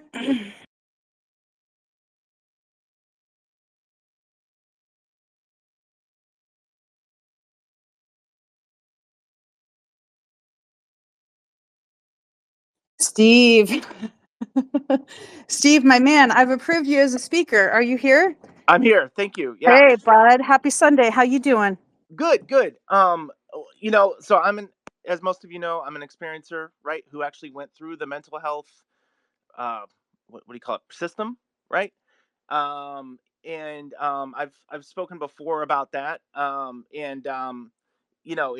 It's obviously it has a long way to go. Even if you're a skeptic, right? And you have a materialistic reductionist view of consciousness, etc. It was still not impressive. And this was in Northern Virginia, which is not exactly an impoverished area. Okay. And so, at no point in my experience, right, did the doctor say, because I was honest with them, right, about everything, right. I heard voices, right. They were telepathic. It was like a dialogue. It was like a regular conversation, right. I couldn't predict what they would say next, right. Like they asked me to do things, the whole bit, and this lasted for 36 hours. So I was completely candid and honest with the doctor, and at no point did they say, Steve, this is, you know, thanks for telling us. This is how the brain works, right? At no point do they even explain from a skeptic position, right, of what was going on. Okay, so even just regular mental health care, right, is completely lacking. And then you just sit in there all day, right, with people from various walks of life, right? Many, suicide attempts, right? Just people from all having all different reasons for being there, and you just stare. They just let you stare at the wall all day. There's no books to read. You're limited to one TV screen, right? So the whole system is just garbage, in my opinion. But what I rose my hand because I wanted to ask you, what's the plan? Okay, post disclosure, right? When it's revealed that abductions are taking place, that telepathy is happening between NHI and humans, that that contactee, like beings are appearing out of nowhere, right? What's the plan? Because on the science side, right, you have these mainstream figures like Neil deGrasse Tyson, you have Bill Nye, right? Kind of these mainstream science educators, but you can't really name too many mainstream psychologists, psychiatrists, mental health workers, right? You got Jordan Peterson and maybe Dr. Nicole LaPera, right? The holistic psychologist.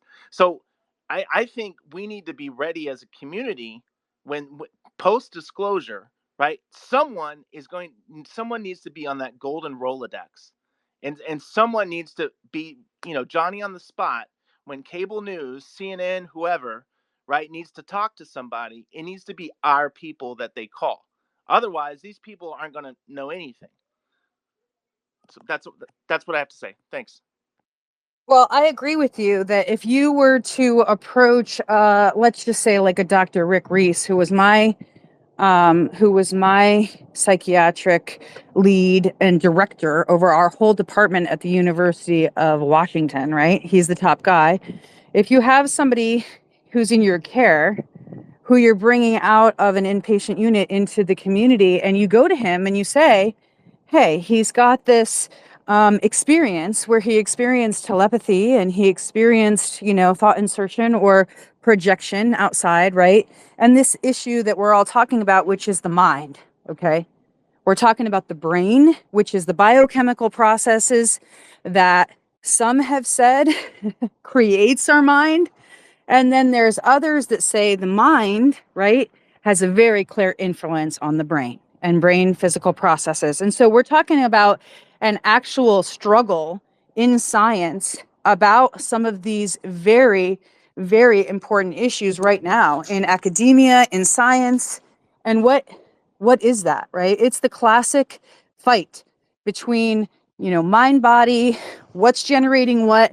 And there's a huge division in our own community, in our own academics right now, who represent us, the experiencers, about those processes. I've spoken with Ed May, who he said, you're not going to like my answer. And he's very much like a mechanistic approach with the brain, right? And the brain is mechanistic and generates thoughts. Whereas we have other people, and he was a longtime program manager in SRI and SAIC. And then we have other people who talk about the non-ordinary reality and non-ordinary consciousness and what that is, which has never been solved. But you see people coming up right now who are talking about Orch-Orr and microtubules and Penrose and Hammerhoff. And these are the people, right? These are the people that we're talking about who represent us and our community as thought leaders, and those people getting the call in the Golden Rolodex. And they don't even have it decided. But it would be nice in a world in the future where we could have some meetings with all of us as stakeholders when that call comes. That's what I'm trying to, get us all discussing and talking about and being open about it, rather than the disclosure plan, which we don't even know what success or failure looks like with that right now. And honestly, the other thing is, what is disclosure? Jay and I had this whole discussion a couple months ago, and he brought up a good point. What is disclosure? Is disclosure knowledge about back engineered tech? Or is it crash retrievals? Or is it the existence of NHI on this planet? I mean, it's any number of things. And because we don't have the answer or an approach, really, which tells you how unorganized this whole thing is, honestly, in my perspective, since we don't know or have hard targets of what disclosure actually is, what is successful? And okay, maybe it's a positive thing as a byproduct that experiencers are not brought up in these discussions, so their stories cannot potentially be used in any kind of debate, which would reduce harm. I agree with that, Bob, 100%. So I think we need to have a much wider campaign amidst the disclosure community of what those factors are or what those successes would be with disclosure. That's just one thought. The second thought is, when we get to that state where we have somebody with the Golden Rolodex, who do we want? What do we want? That's the other thing I really want to bring up to everybody, because when Black Lives Matter happened, leadership in that community approached the whole community and said, what do we want out of this movement? And I think those voices need to be made clear as well, so we can start talking about our needs, our wishes, our wants, and make them real. Create that reality. And now would be maybe a bit of a Wild West time that this is happening, but we can grow through this and have hard targets, and we can make it happen. I've seen that. Hold on a second. There's some more requests. If anybody else wants to jump in and ask a question or add their commentary, please request.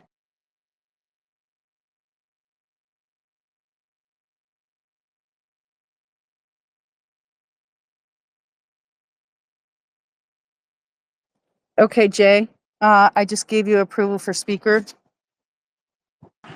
Hey, everybody.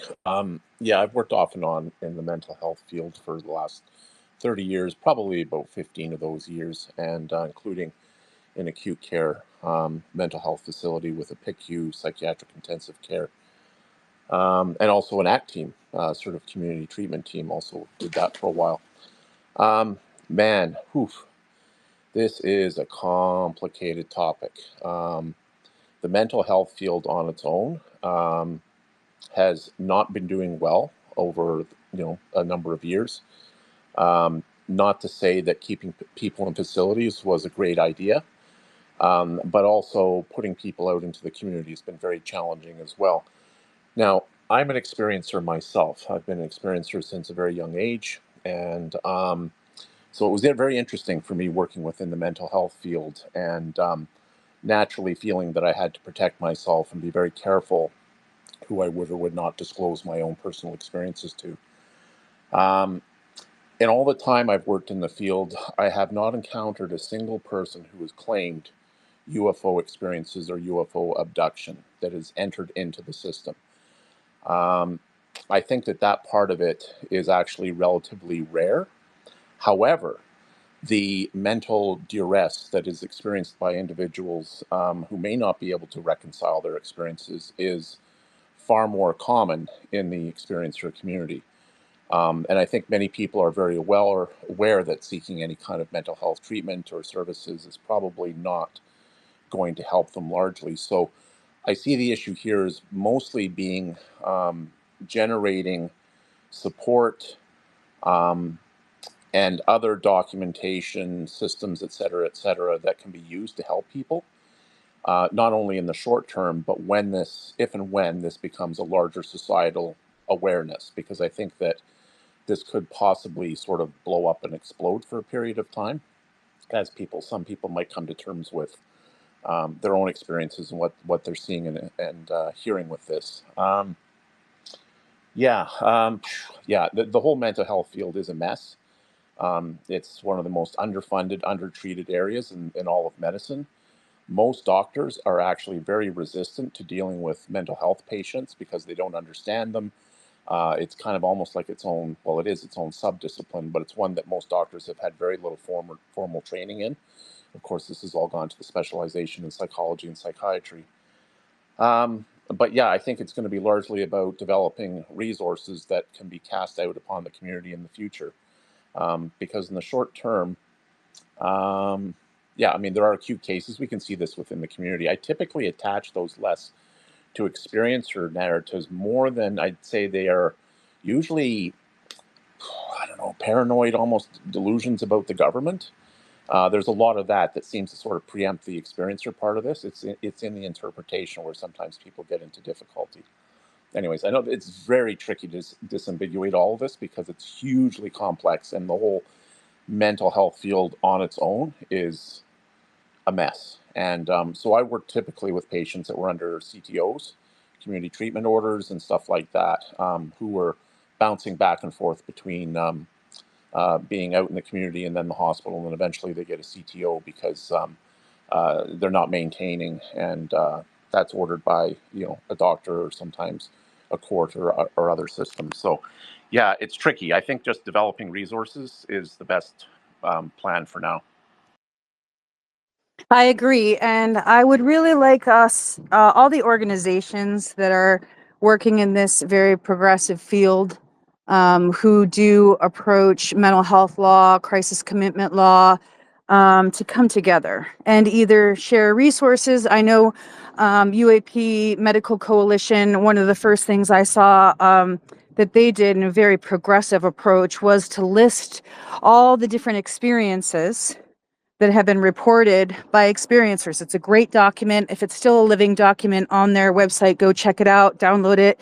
It's just, a wonderful resource. And so what I'd like to see, hopefully like extrapolated out of that, would be to be some kind of database or network resource for every community health organization in their area, to have places that have been educated on that list or other types of education, where when they're doing assessments or even outreach, if that patient or potential patient isn't necessarily a good fit for their organization, that they would be able to see what organizations are available, right, that have training or research and development or what have you, in their organizations. That's a vision that I have that I'd like to see take root, and maybe many of us can help with that database of organizations that are known to be on the more progressive end of experience or treatment and identification of issues, and then through their own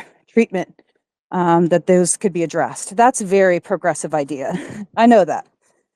But like I said earlier, like if we don't start saying what we want and you stay stuck in this kind of roadblock of malaise around the fact that we can't affect change, then no change will be done. And so I'm hoping to throw in some ideas, what's already out there, what people can already access. We know that, Ted has talked about UAP Medical Coalition, the Bill of Rights, their organization and what they're doing. There's other organizations, Daniel Ingram out of New York.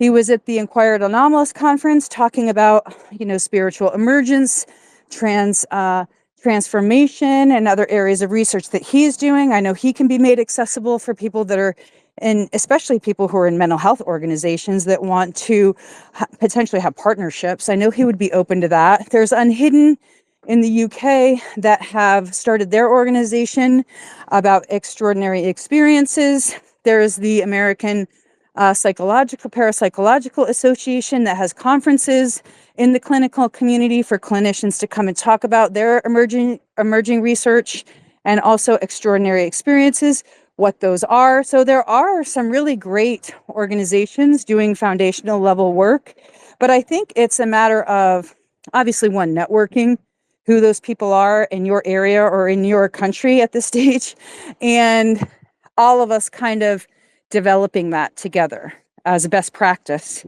for future potential treatment. And like I said, I know that's maybe a wide-eyed look, but I guess it's the 30,000 mile high view or whatever of where we want to be on this roadmap, and then creating it along the way, which I still believe can happen. Hold on a second.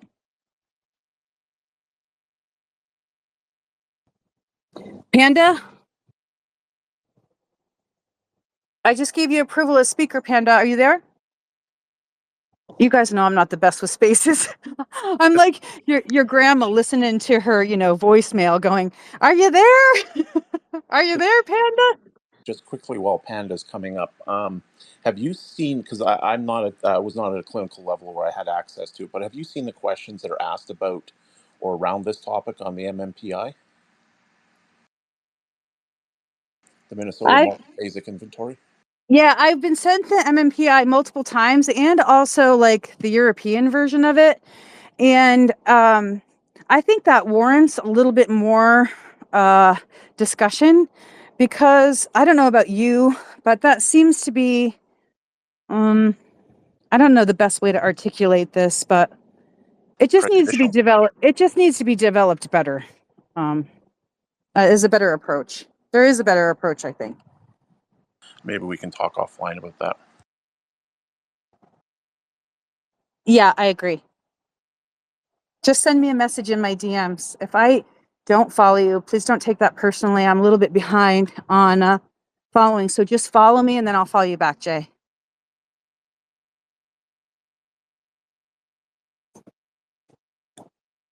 Panda, are you there? I think it's your turn in the queue of folks who had their hand raised.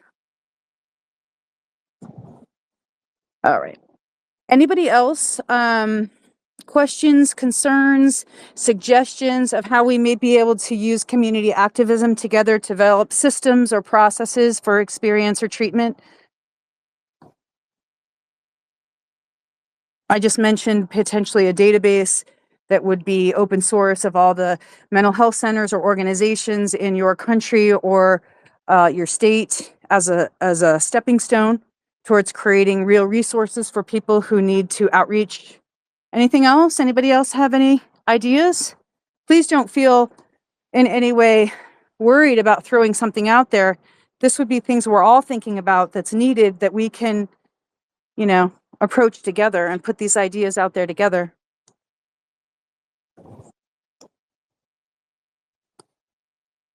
I will say I talked with Danny Sheehan. I think it was 3 times now.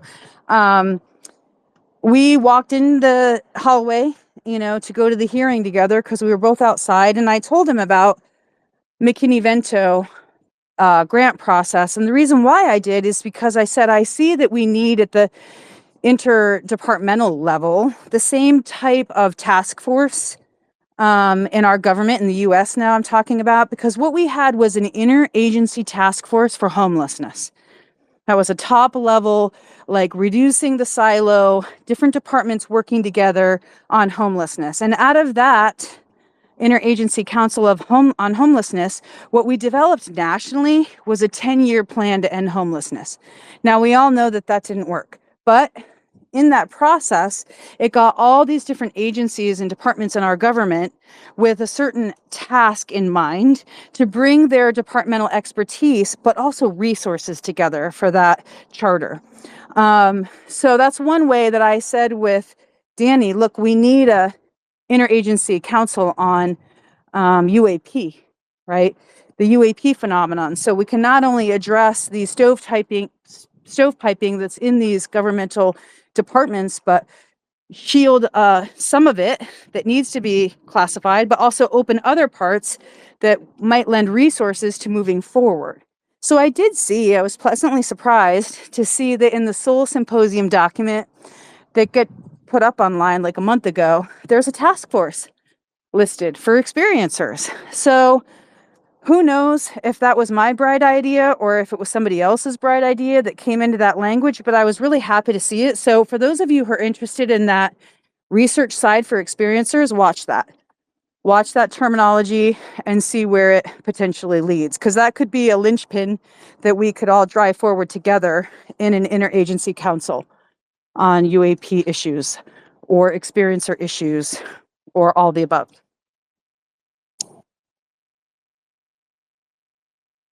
Yeah, Ted, go for it. Well, Courtney, again, I think working locally is our best bet versus working with the government. I think DOD's got a handle on DHS and jurisdictional issues down to local police forces. So when we're working with trying to inform first responders and community safety and wellness people, we kind of have to do it from the bottom up to get them in motion. And one of the problems I'm encountering in the ufological situation is that there are ideas out there that are really good, but the people that are promoting them, I don't have confidence in, and I'm concerned about having my organization near, you know. So there's always this. It's not like government where there's some homogeneity. Governments basically are trying to take care of their citizens and use their budgets correctly.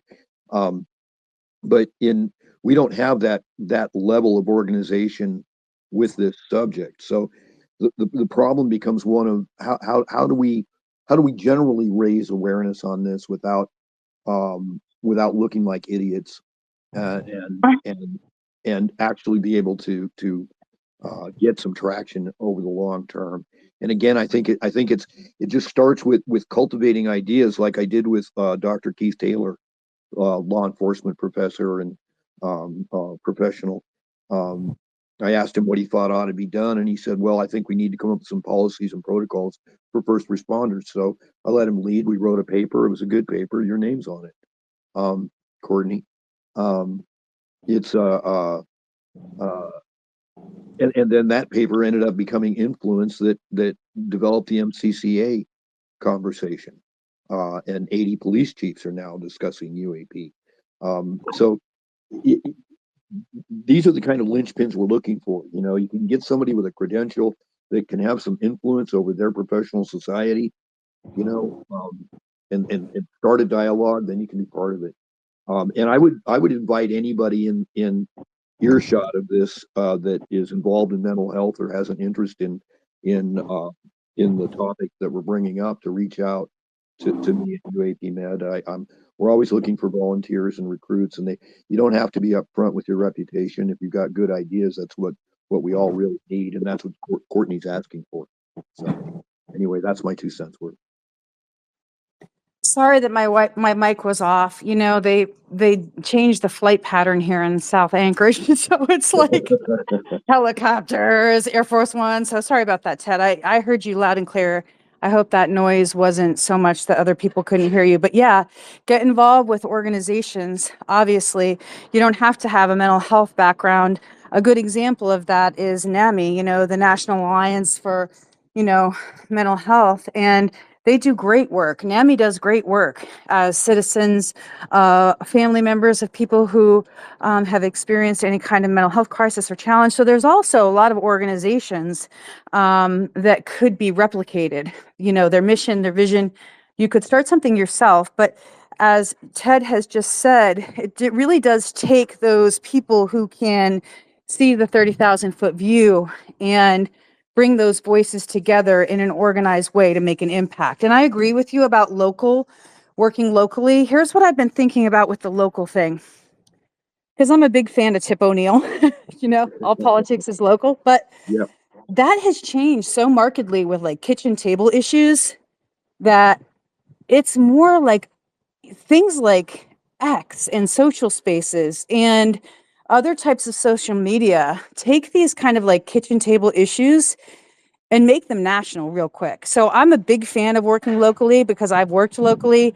I've lobbied locally for my own housing funding, for my own budget, for my housing programs. And at Harborview, I oversaw over 200 units of housing, not only just all the grant process for all that, but also making sure all those patients were doing okay in our community. So, and that's changed a lot nowadays. And we've seen more increases in lack of accessibility to just even seeing a therapist. So, Ted, I want to ask you this, and it's a hard problem question, but I think you might have something to lend in terms of the experience or community. I know that you help people one-on-one, like a lot of people do, just outreach to people, calls, how are you doing, which I think is an incredible service that you yourself personally provide to this community that people might not be aware of. But second of all, can you share your perspective on when somebody does seem to be having a mental health crisis that goes beyond what you can provide, right? In your discussions or your own outreach, when you have to do a handoff potentially to a mental health center, has that ever happened, or to a handoff to another psychologist who has picked someone up from, you know, your one-on-one calls? Can you speak to that at all? Just the community grassroots stuff and what you do. Sure, sure. First off, I'm not a therapist. I'm not qualified to be a therapist. I am not qualified in any mental health treatment of any kind. So things get out of hand fairly quickly for me, and I am very quick to move them towards places I know support might be found. Um, the thing is that you're there to catch them with compassion to begin with. That you're empathetic. That when somebody's calling you, that they know that somebody, a human being, is hearing them. And then from there, following that level of embrace, you assess what you can help with, and if you can't, then take it to the next level. Generally, I move people towards the therapist at Opus Network, because it's probably the I mean, they're focused on the kind of problems experiencers bring. But sometimes I'm very afraid for people, and I can't help them. I can't. It's on them to contact a therapist, and I can't make that call for them. You know, and I worry that whether if the phone call I'm having with them is the last one I have, you know, this kind of thing. It's precarious, and there are times when I have sleepless nights, and I'm concerned about people that I'm not sure are going to get the help they need. So, you know, that's why I set up UAP Med. I'm an experiencer myself, you know, and I know what is not there for us. And certain folks with some sense of vision towards the future, like John Priestland and Unhidden, I think he's here today. There's have been able to see that there needs to be some kind of a stopgap, but we haven't come up with one yet. And that's kind of the tragedy of all of this, is that we're in the middle of creating change, but the change hasn't happened. So. Thanks, Ted. I just really wanted somebody, not myself, to be talking about that process. I think everybody does what they can and knows their limitations. And it's important to know your limitations when you start to get into dialogues with people and you're doing outreach, just one-on-one, whether you've been referred by somebody who knows you and knows you're trusted and a confidant, I want to approach something else that I know is not a standard, but I would just like to everybody to think about it as a standard going forward. And I know you're not all trained mental health providers or in that community, but it's just something that we can just do together with goodwill and a little bit of smarts and knowledge. Is one of the things that counselors are absolutely required to do, unless it's a safety risk emergency issue, is to keep everything confidential. It's one of the things that I've learned in starting group processes for facilitators who want to start their own groups, because one of the things that we know about group dynamics is that they can be just as powerful as individual therapy, right? One-on-one in a group milieu.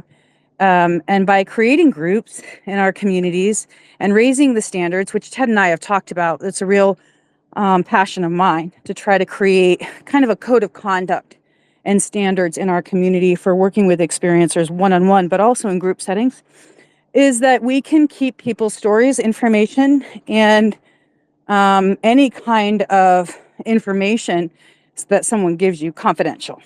It's one of the things I've learned that experiencers want. It's the primary thing that they want. And there's this other side of it where people are really interested, right, in experiencer stories and them telling them stories, their stories, and following up on it and making friends with them and all of that. But I just want to emphasize how if someone is reaching out to you for a potential crisis and they're an experiencer, I would just ask to make sure that you keep that information confidential as if you were a therapist or a counselor. I know that's a huge ask. And you obviously don't have to if you're not a mental health provider, but I think it helps us raise the standard for experiencer one-on-one level grassroots care, and we can all do that. It's a very simple step. The second thing I wanted to point out that Ted just answered is that when somebody contacts you and you see an escalation, whether it's an escalation in symptoms rising or a threat to oneself or someone else, to do a reach out, right, and a potential handoff. Whether that handoff happens by the person making the call or not, if you've done everything you possibly can and encourage that experiencer who might be experiencing a mental health crisis to reach out to either an organization or a referral that you provide, then that's all you can do. And while we're all enduring potentially a high level of secondary stress from other people's issues and us being the sounding board or the trusted, reliable person or whatever that might be, you yourself, as the listener, as the active listener, please get support for yourself. It doesn't have to be from a therapist, but it can be from another high-level individual who works in this community who can hear you, who can listen, who can provide options, who can let you outlet. That's another thing that please reach out for yourself. Secondary stress is a very real thing, and in hearing people's stories and their potential traumas, you will also be affected by that. So I want to provide myself as a resource. If anybody has these things or needs resources, please reach out to me. I'll follow up, the best I can. I always try to be the best at responding, but create that network in your area, right? In your community. Those are the approaches I take and I highly recommend when dealing with experience or stories or issues. Okay, I approved a couple more people, but Paul, you've had your hand up, so go ahead. Paul, how are you? It's nice to see you this morning and see your face. Hey, thanks, Courtney. It's great to see you too. I haven't been around too much lately, but this is such an important topic that you've brought up here, and so yeah, I just had to tune in. So yeah, my question, you essentially just asked it to Ted, actually, about how best to do a handoff, or I was going to phrase it like how can we gently tell people that we think might be going through more of a mental health crisis? How can we point them in the right direction without, in a gentle way, without offending them? if they are having an experience or think they're having an experience. But I'm going to rephrase that a bit and just ask if you have any comments in general about the blurry line between being an experiencer and perhaps having mental health issues, not even necessarily a crisis. And because it can be a blurry line, and then there can also be overlap. Both things can be happening. And I think this has come up a little bit in the conversation.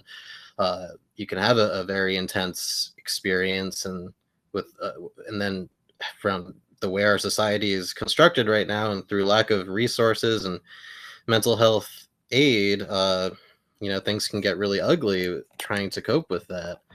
So yeah, again, I guess if you just have any comments on that sort of overlap, and because I really struggle with it myself when it comes to listening to experiencers or even thinking about my own experiences. Hope that makes sense. Thanks.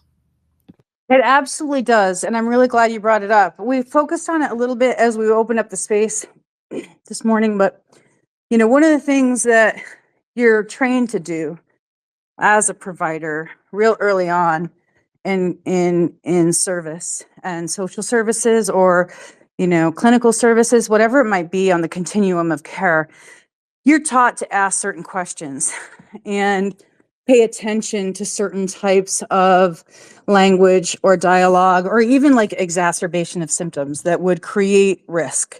And so those questions are, pretty hard for people to hear or to say, but we're trained to say them routinely just to do a check. So you always have to ask, are you going to, or do you have any plans to harm yourself? Do you have any plans to harm anyone else? And do you have access to any kind of firearm? Because we know firearms are, in the US anyway, not in the UK, but in the US, they're one of the, access to firearms is one of the crucial questions, right? Before you take some kind of action within the system. So I'm not saying you should do that. I'm not saying anyone should do that, but those are the essential questions that we ask when there's a potential threat or risk or high risk. And so for everyone who assesses a conversation, listening, it's the pressured speech, it's the tone, it's the underlying threat. If, for example, I had a patient that I did have to do a crisis commitment on, and he made a threat toward Dr. Reese. I mean, that was one of the things he said. We were just in a regular session, and he was like, he's Satan and I'm going to kill him. And so I had to go through this process where it was like going to court, right? And some people looked at that and said, this isn't enough. This isn't enough, in terms of a threat, where I thought it was a very real threat. So you have to think in those terms. I know that seems somewhat catastrophic, but you do have to think in those terms and be mindful about the language, the approach, the pressured speech, the behaviors, right? How are the thoughts going to influence behaviors? Now, when it comes to NHI and the NHI overlay, it becomes very, very labyrinthian. For example, in a recent group facilitation that I had, one of the potential facilitators was like, look, we had NHI coming through individuals and doing potential damage or harm to other individuals. And so this was raised as a taboo, okay? One is a taboo that's never talked about, but two, as a real issue that people who are doing potential good in our community are confronted with. And so I don't shy away from that discourse, because that's a real issue that people who are not mental health providers are actually treating and responding, and they need realistic approaches on how to do that in their own communities. So I think it's definitely how you listen, what sounds like a legitimate part of a symptomology, and you have to trust your gut on this, that you might be concerned about that could lead to a potential threat. That's why we're kind of having this discourse today, is to how to listen to deeply, how to pay attention to the thought patterns and behaviors that could result in potential violence. Now, there's a whole whole continuum of thoughts that happen that lead to behaviors. But that's what I would pay attention to mainly, is thoughts and how they influence behavior, and where that person's thought process is, and is it getting towards potential treatment level versus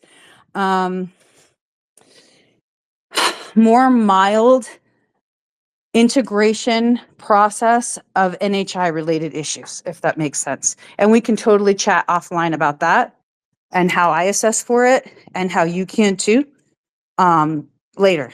But that's what I would suggest. Great. Jason. That makes perfect Yeah. sense. Okay, good. What my instinct was telling me. Thank you. I'm glad. Okay. And anybody else has questions about what I just said on the re-listen or who's in here right now, we can follow up. Jason, go ahead. Hi, Courtney. I just wanted to say thanks for bringing up the space. I've had a lot of discussions in other spaces as well, kind of along the same lines of, you know, how can we help the community of experiencers? You know, I'm one of them, but it's really means a lot to me that we're able to reach out to everybody who's experiencing of these really weird events, and as well as just people that are having trouble just from, you know, some of the things that they've suffered trauma from.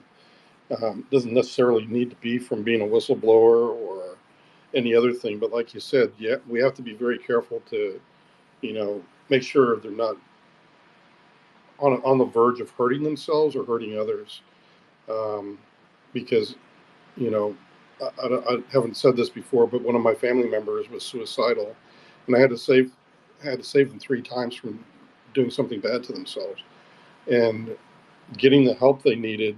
Eventually, you know, they were able to get off their meds. They have a normal life now. I'm very proud of them, and everybody else is too.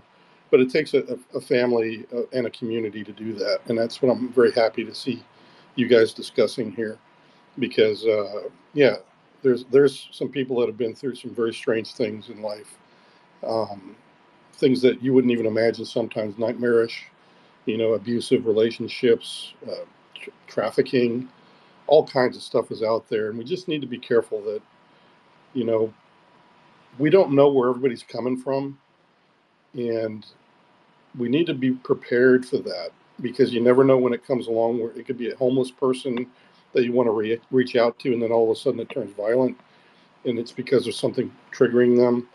And yeah, we need professionals out there that are willing to reach into that, but we also need to know what the resources are. So I really thank you, Courtney, for bringing this up, because we do need a network, and we do need awareness amongst the community, because the more we're aware that people need help, even though our life is normal and ready, you know, we're all good to go.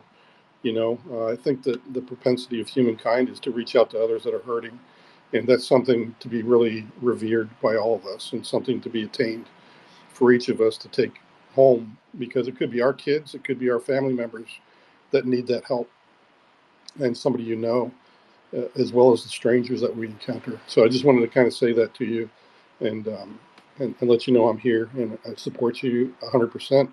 And thank you for all the help you have given already. Thanks, Jay. So happy you bounced in here and gave your perspective. One of the things that folks in this space might not know is that I was working on a potential project with a friend of mine who's in the military community, and a lot of you already know that Jason's in the military community. Other people, veterans are in our community. They do valiant work, but they're also coming, and some of them, you know, from combat situations and coming back into this world and our society, and then also into UAP, right, into the UAP field. So one of the things I have been working on, not fast-tracked by any means, but just quietly working on, is to, and I would love to hear people's comments and feedback about this, because this is just a innovative thing that I'm thinking about, that I have talked with Jason about along the lines to get his feedback and opinion about it. But one of the things I'm seeing, hugely alarming, red flags, you know, all around it, is whistleblowers, right? Who are coming through a disclosure process individually. They're in a job. potentially have classified clearance or other types of clearances, high level, and they have awareness or knowledge about programs. And so they're trying to get information out, but meanwhile stay whole in the process while doing that. And sometimes those people are veterans. So one of the things that I asked Jason's opinion about was what he thought about setting up like a crisis respite security program for whistleblowers who are coming out of these situations who need safety, protection, confidentiality, especially if there's any type of mental health issue related to coming through this governmental approach to, disclose that this is like a powder keg of a bunch of different things happening for veterans. And so we've discussed that and, essentially how to do security, what that would look like, how to do some private respite housing that would be confidential for their safety, while also working with their own legal representatives who would help them essentially work on their own case while they're trying to work under the NDAA specifically for testimony to get it into Congress. So that's something you all might not know that I have been quietly working on and have run by Jason. So it's nice to hear he says that he's supportive because only those guys who have gone through that process and have firsthand knowledge of what that looks like, their own safety, their own job security, their security clearances, their testimony to Congress, and coming out that other side, only they know what others in the future will need. And if disclosure, whatever that means, whatever that label means, is successful in any fashion, and there's future whistleblowers, we're going to need something like that exclusively for them. So that's something I've been talking about quietly with a few people, but I'm talking about it now publicly because if anybody has any ideas along those lines or with that approach, also please reach out. Maybe we can collaborate. Okay, I have a couple other people who have raised their hands. Jason, go ahead. Well, I just wanted to add to what you were saying about the whistleblowers, at least from the UAP whistleblower standpoint, because I know I'm qualified to speak to that, but I know there's other types of whistleblowing that are probably running into similar difficulties that I have and David Grush has and other folks that have, kind of suffered at the hands of not only coming forward and the government lashing out, but we also get some people in the social medium that lash out. And that's really hard to take, especially when you're trying to do the right thing. And when it comes to experiencers, some of them have some very strange stories to tell. Very hard to believe for some folks, but it's not for us to judge any of that. And I wanted to kind of give context to, in particular, the people that are really struggling to come forward because what they've experienced may not be from a normal, what we consider a normal life, even. And that's very prevalent amongst UAP whistleblowers as well, is that we're talking about a new cadre of people that have held clearances, been through polygraphs, are very level-headed, credible people, and they're making some very astonishing claims. And I hate that freaking euphemism that Sean Kirkpatrick used and other people have used, that extraordinary claims require extraordinary evidence, and I agree to a certain point, but that doesn't mean you just totally disregard what's being said, because these people have been through sometimes very traumatic things, and yeah, and I'm one of them. But at the same time, I've been through the counseling for my PTSD from those experiences, just as David Grush was, and I'm so thankful that the community supports us in that regard. It's very much like, uh, a poor woman who gets attacked and nobody believes that her attacker deserves to go to jail, and she's left in the lurch and even ignored sometimes. That's kind of what we have to get ourselves past. And I'm so happy that we're kind of getting there gradually. And a discussion like we're having today is absolutely necessary so we can really, really do these people justice, because I don't consider myself having a problem anymore. Just like David would tell you, he's gotten himself together, but there are people that don't, and they really, really need our help. So anyway, I just wanted to say that before we take questions. Thank you. And to touch on a little bit of Paul's question as an afterthought. So one of the things that I saw in mental health, being a direct line worker and working within that huge infrastructure, overlapping systems, the minutia, the bureaucracy, however you want to put that, which is like bears down on a clinician so hard that it makes it virtually impossible to do your job. I'll just say that. But one of the things that I noticed in mental health, in being in the system as a front level worker, is that the chronicity of mental health and mental illness is real.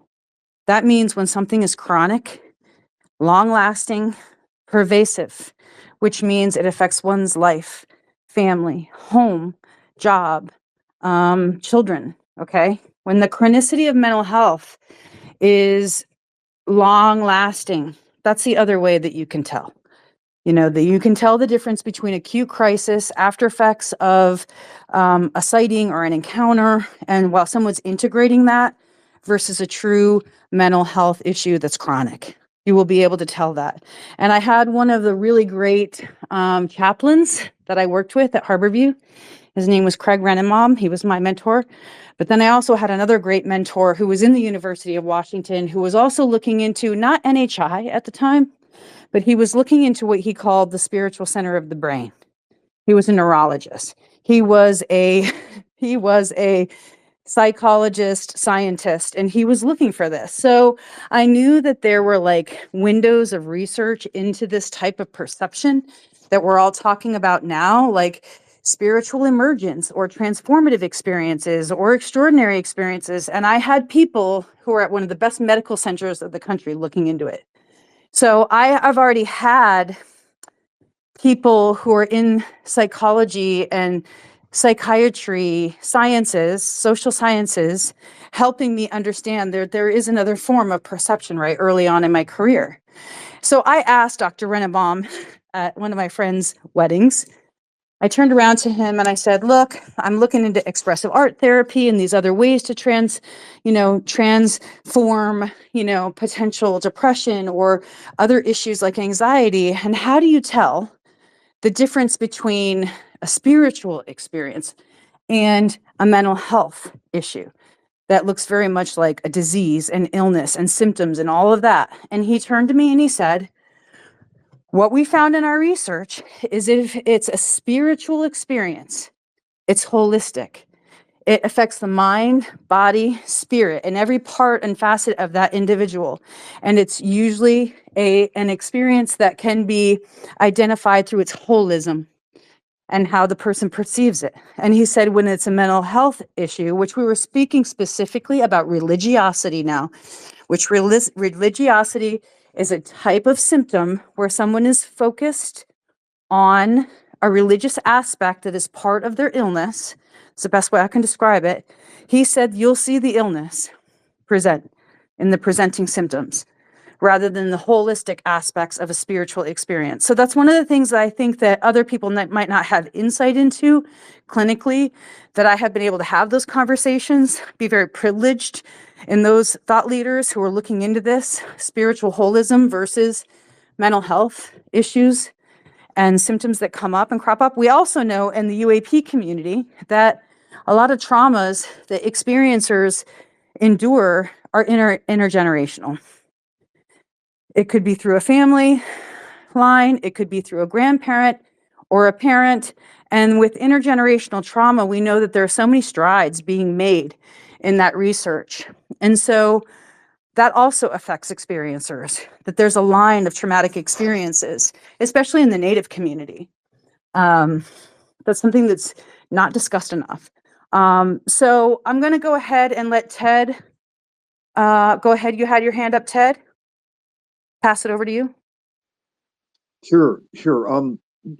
Agreed on all points there, particularly, if you're facing a differential diagnosis kind of situation where you're wondering whether you're dealing with somebody who's say on the spectrum and claiming a UAP experience, but it doesn't seem right, as you say, it'll come out in the end.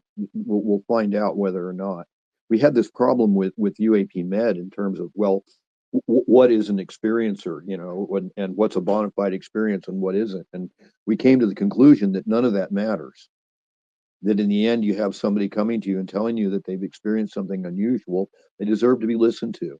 And in the process of talking to them and using appropriate questioning and proper process, you will find out whether or not they're not well, and whether they're using UAP to mask an underlying situation, or whether they're truly dealing with UAP exposures. And like you said, it's context. You know, if they're there to tell you that they've got a problem with a UAP exposure and that dominates the conversation, then very likely they've experienced something unusual and need help with that, versus uh, somebody who might be you know, demonstrating other types of mental illness. So, you know, in the end, we don't judge them. We let the system do what it does. I have confidence in the mental health system in that, you know, if they use the tools at hand, they can come up to some level of understandings about a person. But the first thing is they have to ask the questions. They have to be able to filter, you know, whether or not a person is an experiencer to begin with, or whether a person's even claiming to be an experiencer. I mean, I saw psychologists in my own personal life who never asked me about any of that to begin with, and I never told them. And yet it held major sway in my life. And then I had problems with some of the ones that I did that I probably shouldn't have. You know, it was because there was no codified approach to dealing with somebody who said they've experienced something out of line. It was almost like a license uh, to diagnose schizophrenia. Oh, you heard voices. Well, it's the context. You heard voices. What voices? You know, how did those voices come to you? Are you hearing voices in general while you're wandering around, or is it something really specific? You know, what is, you know? Um, so anyway, if you arm the system with enough information, they can do a better job, and that's what we're here for. Um, so hopefully some of that helped. It does. And I have to tell you, one of the reasons I got really upset, about Joe Rogan, it was his interview with, this was a long time ago now, when I was trying to work through my own experience and my daughter. It was his interview with Jeremy Corbell and Bob Lazar, and they were all discussing. Oh no, it was Travis Walton. It was Travis Walton, and Travis Walton was delineating his perspective, having been in the experiencer field for so long, what he determined or thought was an actual like alien abduction encounter versus these various other experiences, which are also unusual experiences with very specific, taxonomy. But Joe Rogan looked over at him and said, all those people in that community are schizophrenic. And boy, having worked Yeah, with people who have schizophrenia and have been in the hospital and are really actually going through their first experience of being in a hospital and then coming out and seeing them through that, triaging them through the whole way, I have to tell you, yeah, that stigmifying statement, I thought, did so much harm to all of us. While he's talking to somebody like Travis Walton, who, went through everything he went through to come out of his experience the way he did. I just thought it was not only like demoralizing, but not helpful, right? In this whole field of people who are trying to work towards, you know, the truth, well, disclosure, while also helping people along the way. So that really was a major hit against him as a media personality in my perspective, because I was like, we're not all schizophrenic. well, We're not all schizophrenic. part of this too, and we haven't really discussed it because we're forward thinking, positive people, but there's a stigma lined up against us, and there's stigmas around mental health that work against us that don't have anything to do with UAP. They're the stigma map in our country is varied and dense, depending on where you go and where you look.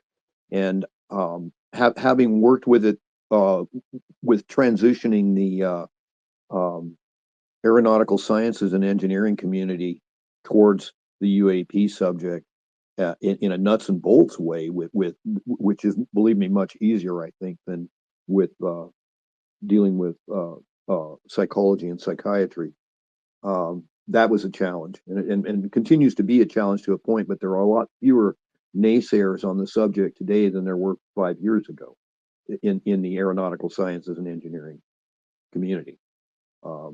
They're very much convinced that UAP exists, and I've worked with a number of programs that are dealing with mitigating through detection, mitigating safety factors through detection for aviation issues and other types of processes. They're absolutely convinced that UAP are real, and they're concerned with the how, but they haven't really gone to the why yet. Why are UAP here? Why are we seeing them? Why are they showing up? And as that question begins to fester, the conversation of experiencers is going to increase. So anyway, it's a complex situation. We're in a transitional moment. We have to maintain our awareness, our situational awareness in the process, and just know our time and read the room. That's the best advice I have for anybody that wants any traction in this field. That's the trifecta. Thanks, Ted. Jen, you had your hand up for a while, I see. So I just approve you to be a speaker. Hi, Courtney. Can you hear me? Yes, I can. Thank you. Hi, everybody. And I just want to say thank you for the space, and also thanks to Mr. Sands for his absolute immense empathy that is always evident. It's really appreciated, and thanks to Mr. Rowe as well for all his work. I was a bit hesitant to come up as a speaker, and it took me quite a while to decide to, as I have two perspectives to share. One from being somebody who has assisted and is able to assist people going through a difficult time, and the other perspective is from having been targeted in the community by bullies and harassment, abuse, as well as sort of smear campaigns. So I'd just like to also mention something in regards to Amy's case and an earlier speaker who mentioned the term conspiracy theories, etc. And then another speaker who is a mental health professional and also made reference to some sort of conspiracy theory reference regarding experiences and government. So something that is excruciatingly overlooked is the overlap between NHI experiences and MILABs, or military abductees and targeted individuals, because if anyone takes the care to research, it's well evident that there is technology existing that influences people's thoughts, moods, disposition, and can also replicate NHI in terms of communication and conduct, and also that experiences are also targeted and sought after by shadow military, and that is often overlooked, perhaps because it isn't conducive to disclosure, as it is something uncomfortable, and I can't answer as to how government would deal with that. So there is almost a level of gaslighting that occurs in that regard, in terms of anybody mentioning that. And then there's the fact that mental health professionals in general are sort of trained to be dismissive of sort of the woo or woo-woo, anything that isn't materialistic and well documented and approved of, and easily identifiable in the DSM. And I would also put forth that the system in which we are living in is obviously not conducive towards the individual, towards society, and towards the basic human experience. And why is that? So that in itself needs to be acknowledged, whether it's due to some sort of covert NHI manipulation or whether it's due to incompetence. The fact is that it's insufficient, and mental health professionals are trained to gaslight people, whether they're aware of it or not would likely depend on the individual. And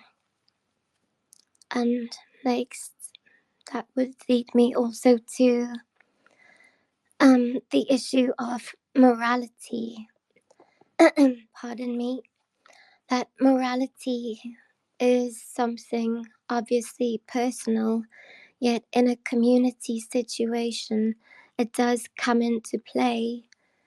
However, perhaps not at a level that everyone would be aware of. And specifically in the UFO community and the paranormal community regarding psi abilities, remote viewing, remote influencing, etc.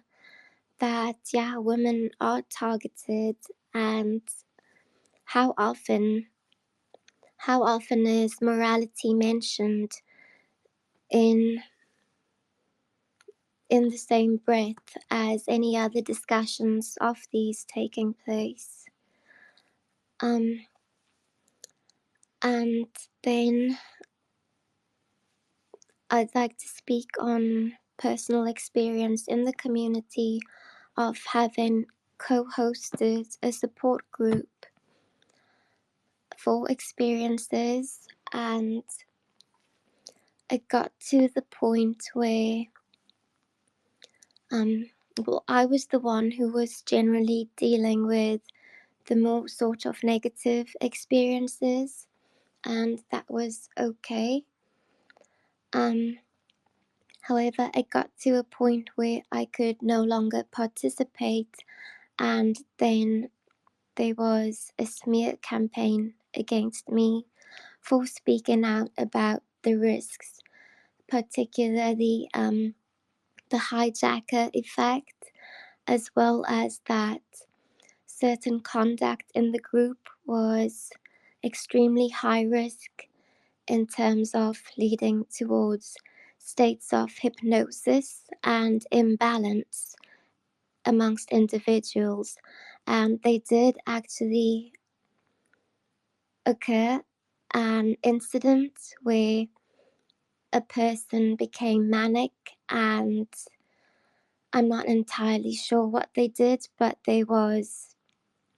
we could hear it, that there was some sort of security or police intervening in their locality, and all of that has just been dismissed. So the issue of morality is sorely lacking, and discernment, and the fact that there is a need for privacy also provides an opportunity for people to cloak certain dynamics. So these are all things that need to be taken into consideration as well. And there are some matters that I'd like to discuss with you personally regarding my having been the experiencer of certain harassment in terms of invasion and things like that, if that's okay. Thanks. Yes, of course it's okay. Please reach out to me. If I don't follow you, once again, please don't take that personally. I'm a bit behind in my follow backs right now. So just send me a request and I'll follow you back and we can discuss what the personal part is. Just going through, after having listened deeply to everything you just said, I think one of the alarming things that I twigged on to early on with being involved with UAP Medical Coalition, and Ted can attest to this, is a couple private conversations that Ted and I had where I just disclosed personal information to him of what I experienced. Not in groups per se, but like ad hoc people in the community doing supposed mental health work without having backgrounds, right? Without having knowledge and searching for help for myself, right? Just a personal outlet. And one of the things that Ted and I talked about early on were like a code of conduct for people doing peer-to-peer support groups. And that conversation has led to me starting an actual group facilitator peer-to-peer support group training, right? 6 modules of training for people who want to do peer-to-peer support group in their community. And so there was some real nice action, taken out of that discussion because there were concerns around leaks, security, confidentiality, what's the proper procedure or protocol for these kinds of groups, who runs them, who has experience to run them, what are their codes of conduct. So this opened up a whole line of research actually for me. And so I do think that in these groups or whatever type of ad hoc community people are going to, I think it's important to understand as an experiencer what your rights are. Who are you outletting to? Do they have a background in mental health? Will they be able to understand the subtle nuances between, the dynamics of a mental health issue versus after effects from a UAP encounter? Those things are critical to know. What kind of experience does that person have? How many experiencers have they worked with? What are some of the more successful things that have happened in their work? I mean, these are all good questions to ask people. And I think it's one of the things sorely missing in our community, that we do have rights, right? Whether they're written into Congress as experiencer civil rights or not, there are certainly other types of models, some of them I've already mentioned, that are in existence that require confidentiality. Alcoholic Anonymous. That group requires, people to maintain confidentiality. So there's things like best practices we can pull from in other fields that have been successful that we can take going forward. Now, in terms of targeted individuals, once again, another taboo that people don't want to talk about. Now, the lid on that I see is lifting a little bit through some of the leaders in our community, having spaces on this topic, the remote viewing community talking about what's ethical and what's not ethical in terms of viewing and targets and people's lives and privacy. That's all a very ethical thing that you bring up, which I go straight to morality. Most of you might not know, but I wrote the book, Four Gifts of the Highly Sensitive, and one of my mentors was an FBI profiler. And I worked with her for several months because I had, a violent perpetrator in my life. And she helped me, with my own abilities for discernment and just understanding human behavior and my psychology background.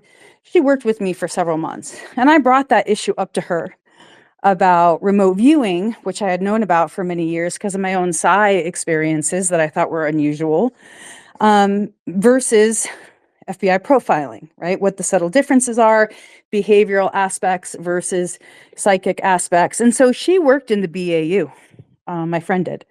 And sadly, she had her own experience with violence when she was working as a guard, transporting a prisoner, and he almost killed her. And she came out of the FBI and retired and, put her life, back together after healing from this terrible experience. And she became a threat expert for women specifically. And when we were talking about this, she said that she felt that remote viewing was very unethical. I mean, that was just her perspective now, but she was like, that shouldn't be allowed. It goes against every right of privacy. I don't agree with it. And so she saw her criminal profiling as a completely different genre of using her psychic ability in the BAU. And that, she found children who had been kidnapped. She closed cold cases. I mean, she was legitimate. So I know there's a lot of different opinions, even in that high level community of psychics who are used in law enforcement or in whatever you want to call it, CIA, different kinds of DOD operators that use remote viewing. It came up in Lou's book. He's a remote viewer. So there are ethics there, right? There's morality issues there. And so I try not to get into those debates, knowing there's vast differences and opinions about it, but I don't agree with remote viewing and viewing someone's life. I really don't. I think that is a very clear moral issue that shouldn't be done. But when certain people have those skills, of course, they can do it. So that goes into all kinds of gray area around ethics and safety and risk and whatever else. And that's a huge, long debate that would be a whole nother marathon space. So I'm going to leave that as it is and open it up for anyone else who would like to chime in. Jason, go ahead. I just wanted to touch on something that Janara had mentioned was the governmental side of this is something I'm very familiar with. And when it comes to this topic of people that are exposed to high strangeness inside of a special access program, and typically they're not only attacked, but even when they seek help, they can't find it because or not given it. Even as a military veteran, sometimes because they can't prove one way or the other that they were exposed to a burn pit with toxicity in their blood, and or they encountered an NHI experience that traumatized them, or what have you, or even being treated badly by some security officers that were willing to put a bullet in their head just to keep their secrets.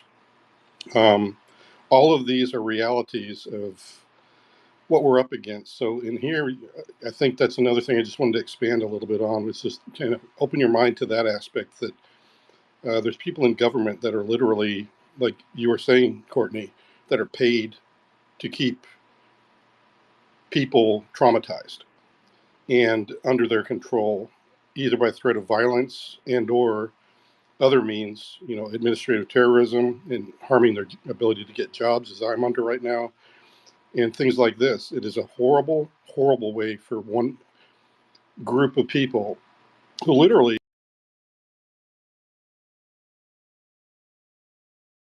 let people get the help they need because of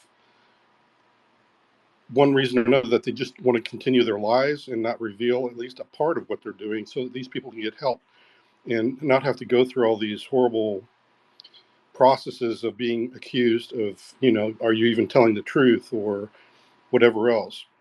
So it's a difficult set of things, and some of it is very immoral. I totally agree with you there, Janara, that the morality of some of this stuff is just now that I've been out of the program for a while, it just floors me that some people are grown men and women that literally will make a misery of somebody's life just so they can lie some more, is really what it boils down to.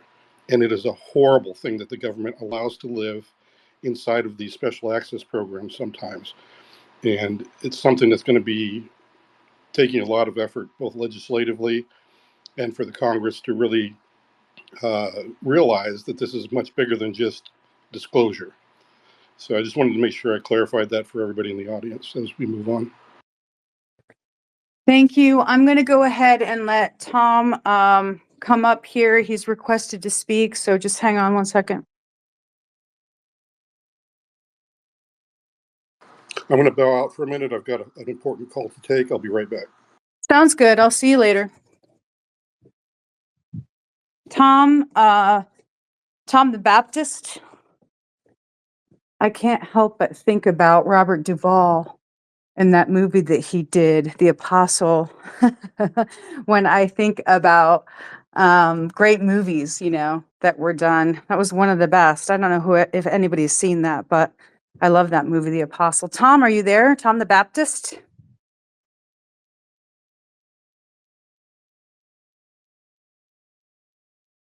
All right, he's not chiming in right now, so I'll just go ahead and extrapolate a little bit. Wait, Tom, are you there? Well, I couldn't hear you earlier, so I just started to be able to hear you. Okay. Well, you asked to come up and have a speaker's position, so did you want to go ahead and say something? Well, I just, it's kind of a little depressing, but I think it's a very tricky position kind of the community finds itself in relative to disclosure, because the mental health support in the United States is already pretty pitiful in terms of access and everything like that. I appreciate some of your stories, Jason, from a personal level. So the idea that you dump disclosure on top of this already broken system is just a whole hell of another problem. And I'm a little curious, for Jason, if, what do you do with people who, how can you get care if you're part of classified programs and stuff or participated in actions? It's like you can't even tell your priest, right? I mean, and as much confidential as anyone's going to tell you, they went after people's files and stuff like that, right? Pentagon Papers. So I can address some of this because Jason had to bounce out. He had a call, but I can address some of it because what happened when Jason came out and also Steve, came out into the public eye. There were questions around how the intelligence community handles mental health issues within its own organization, right? Not only policies and procedures if somebody does have a mental health crisis while on the job, but then also how is it handled administratively? And are they allowed, to keep their job while going through any type of form of treatment? So Jason and I have talked about that specifically. Fresh lost his And clearance, right? Wasn't that related to? I can't talk about Jason's legal case as to why he lost his clearance. That's up to him. We have talked about it and talked about, strategies of moving forward. That's all I could really say, but I can talk wider about how these different departments and their medical clinics, potentially handle. They all have their own internal process. Okay. And in terms of the Pentagon Papers, I'm not aware of any mental health part of that. I would like you to clarify, but Mike Gravel from Alaska, my home state, is one of the people that took the Pentagon Papers to the New York Times. And then there was a legal case around that. Is that what you're talking about? Well, Daniel Ellsberg, who was the leaker in that case, they broke into his psychiatrist office to try to discredit him. So, and I think it's, once again, it goes to kind of Title 10 versus Title 50. Title 10 is kind of regular secrets, even nuclear, and Title 50 is anything more secret than that. So anybody involved in anything like that, I would imagine creates a wrinkle from a treatment and a care perspective. And yeah. Yeah, they did break into the psychiatrist's office. And then when Mike Gravel leaked it all to the New York Times, what came down to some of that classified legal wrangling was it was the aides. It was the staffers that were reading the papers, going through them. It was a huge amount of documents, and there was an actual case, a legal case around who was able to see it, the documents, and then the burden of proof, whether Mike Gravel had the right to not only see them, but take them to the Times. And so anybody who wants to go look at that case and look how the judge ruled, it's all open source, it's all online. It's a very interesting case and also a precedent. But I forgot about the psychiatrist's office being broken into, but that's part of the story. That definitely happened. So that was used against Daniel Ellsberg. And if anybody hasn't read the Pentagon Papers, the book that Daniel Ellsberg wrote about his own story, I'd highly recommend it. And I think it also goes into other individuals, modern day people, like Snowden, right? Classic example. He leaked about the PRISM program, he leaked about, the surveillance. And during the Obama administration, I remember the AG at the time, saying first that Snowden did us a public service, but then in the same breath said, we need to make sure that we never have this happen again through this administration, which I was like incredibly disheartened by, that they would approach it like we need to make sure that nobody else does this public service. So with regard to disclosure, I think that all bears weight and scrutiny and how it's been done, because it all comes into play. And I know Jason can potentially answer some of the questions around his security clearance. I don't know if that's wise of him to do that publicly, actually, right now. He can respond if he wants. I would say not. I was thinking more of Grush, who mentioned some of that stuff publicly, that he went through similar, issues with his clearance. But I think the irony for the community here is there's actually a tremendous resource, and I kind of love the full stack Logan lunch table crew of, evidence and compassion, and then the judgment is kind of up to the individual, and hopefully truth is something someday we'll be able to share again, where we can all agree what's true. But I think a lot of the vibe that you're pushing here, Courtney, is good. It's just to try to have spaces of evidence and compassion. But I think you are in this kind of Davy versus Goliath situation, and the only way to have equal footing is to create some organizational structures that are a little bit bigger and have a little bit more muscle. And ironically, there's going to be a growth opportunity in kind of mental health support needed as this stuff becomes more public. So that's where this community could actually, provide a lot of value. Okay, you're going to have a lot of customers soon, I think. Well, when it comes to David and Goliath, I was one of the early adopters of Malcolm Gladwell, and so I'm a big fan of his. And he goes into the psychology of these huge companies and the tipping point and what the dog saw. And, like I said, I'm a big fan. So when I read his book about David and Goliath, and his approach to looking at that story, first of all, it kind of flips it on its head, which I'm not going to be a spoiler, but if you guys have a copy of David Goliath handy and Malcolm Gladwell's perspective on it, it's worth a read. But one of the things that he talks about in that same book, which I can't help but bring up, having been an athlete and a college athlete, is the full court press. So Malcolm Gladwell talks about the full court press and why coaches use it and when they don't use it. And there's some classic basketball movies that I love that I'm not going to bore you guys with. But the basic approach that Malcolm Gladwell talks about is that when coaches run the full court press, they win. They're successful. They're consistently successful. And so there are whole strategies, right, in sports and basketball about how to break a full court press and how to run the press. And so I think about disclosure in terms of the full court press a lot as a metaphor for how to win the game. And while people will liken what's happening right now as these individuals who you could think about as like the ball handlers, right? They got the ball. They're going to run it forward, whether it's football, basketball, what, I don't care what, but they're running it forward with a very specific target in mind, which is to move forward legislation right now. So you got all these people divided about Schumer and the NDAA, with 2 hearings potentially coming up, September and 1 October, maybe November. And so I look at it as, yes, evidence. Absolutely evidence. And there's a lot of people say that the people in the UFO community don't have evidence, but I believe we do. Otherwise, these ball handlers wouldn't be running it forward. They have it, and they have it with Grush.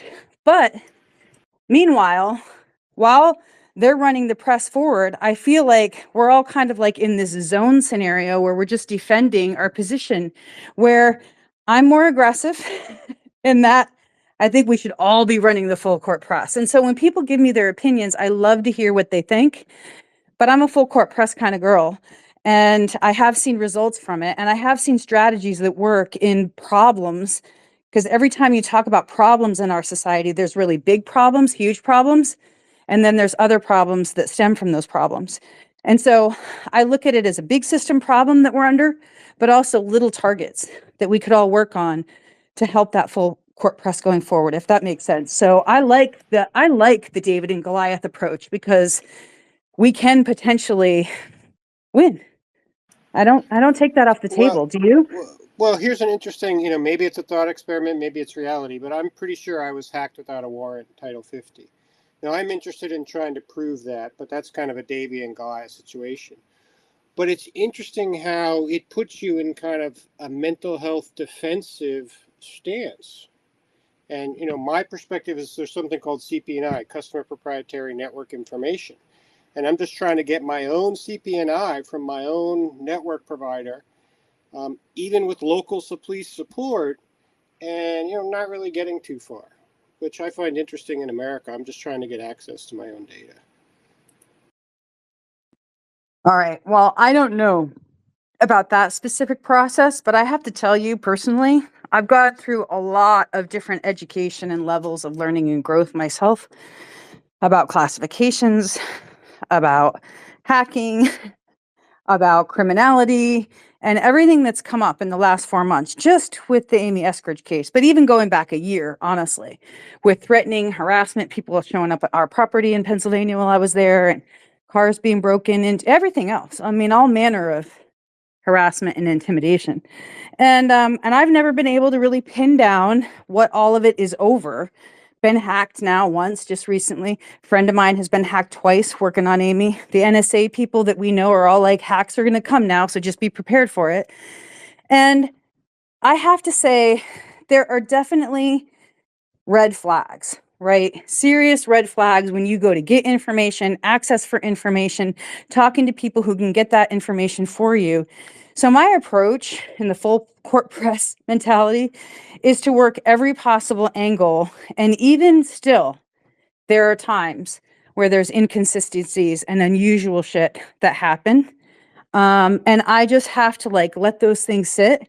But after a while, I will pick it back up and take another run at it and not give up on it, because sometimes people will be willing to talk or give you an edge or give you a little information. Like I said, I don't know about your specific process that you're going through right now, but I've been through a lot of others, bureaucratic nightmare, and people will help. So just hang in there and then take a Well, break. And then sometimes it comes back up where you get help.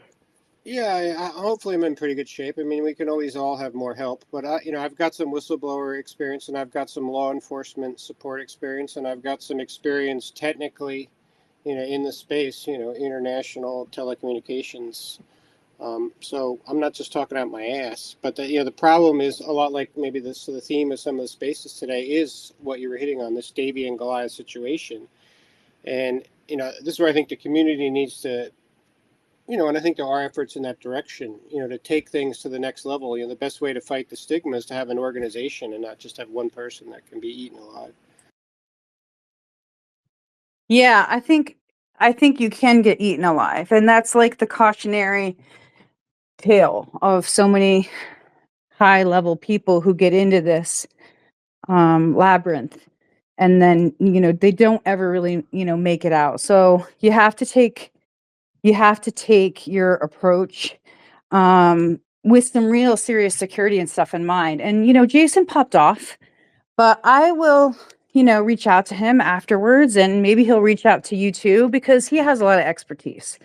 Right? He's like our resident expert on some of this and the different type of classifications. And he's talked about doing a lot of education himself for people in the community who are working on this. Different levels of classification, what you have to do, how you have to approach it, the red tape. I mean, he's just a wellspring of knowledge. So I hope he moves forward with his own ball with some of that for our community, because it would be invaluable, right? Well, and I think it's fascinating if you look at the parallel to aviation. the stigma that the pilots went through, right? The poor Japanese airline guy who saw the UFO over Alaska, right? That's a fascinating story, right? The FAA guy with the radar data. But still today, right, there's still a lot of stigma going on for the pilots. So, the stigma, I think, is still massive. And then, I don't know, Courtney, if you could address, there's the complete lack of really, infrastructure to support people in these areas. It's just not easy for anyone to find help, and let alone coverage and those kind of dimensions.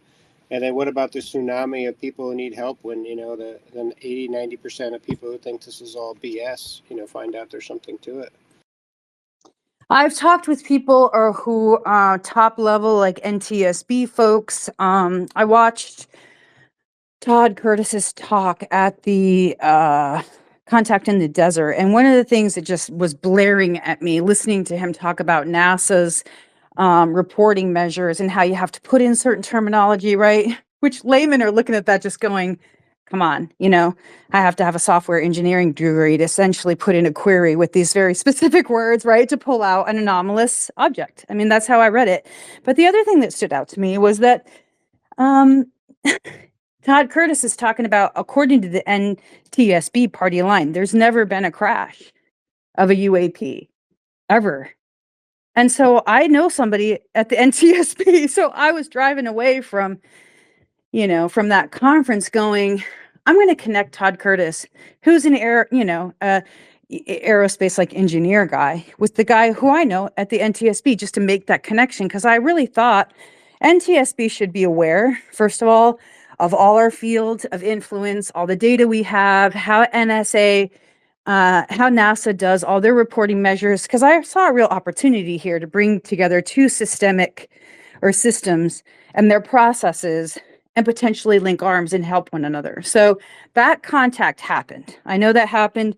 They connected. I'm hoping they're working together. But when we see these kind of opportunities between systems and systems development and integrity and risk and driving stuff forward, I think the onus is on us as people who are looking at those systems and working within them or outside of them, trying to understand them and connecting the people who are at least open-minded enough, right, to listen to somebody else in another system or another area of government, and then potentially help one another on these gaps. That's a thing. That's a huge thing right there. And well, I love that, and I love that kind of full court press idea. But here's maybe one other depressing thought. Like if you do a root cause analysis, and let's say there is a cabal or a cartel that's exercising this don't look up psyop, UFO, well, where's the alien kind of thing on the populace. To heal the situation you're in, you're going to have to go after that entity in a fairly confrontational manner. I think this is where it's just heartbreaking to hear all these stories, and it's just a community with one hand tied behind its back because there's kind of an evil group in a superior legal position, dominating the playing field, having their way with everybody, and there to date isn't a very defective counter to that setup, which puts a clinician, in an impossible position. Like, say you are being attacked Title 50, kind of in violation of the Constitution, or maybe somebody has a memo somewhere in a drawer that makes it okay. There's really not much you can do about it. Agreed. So when you're hamstrung like that as a clinician, right, what do you do? What do you do when you know that there could be very serious safety, security, and covert action against a client or a patient, right? How do you operate within that sphere and still get what you need to get done?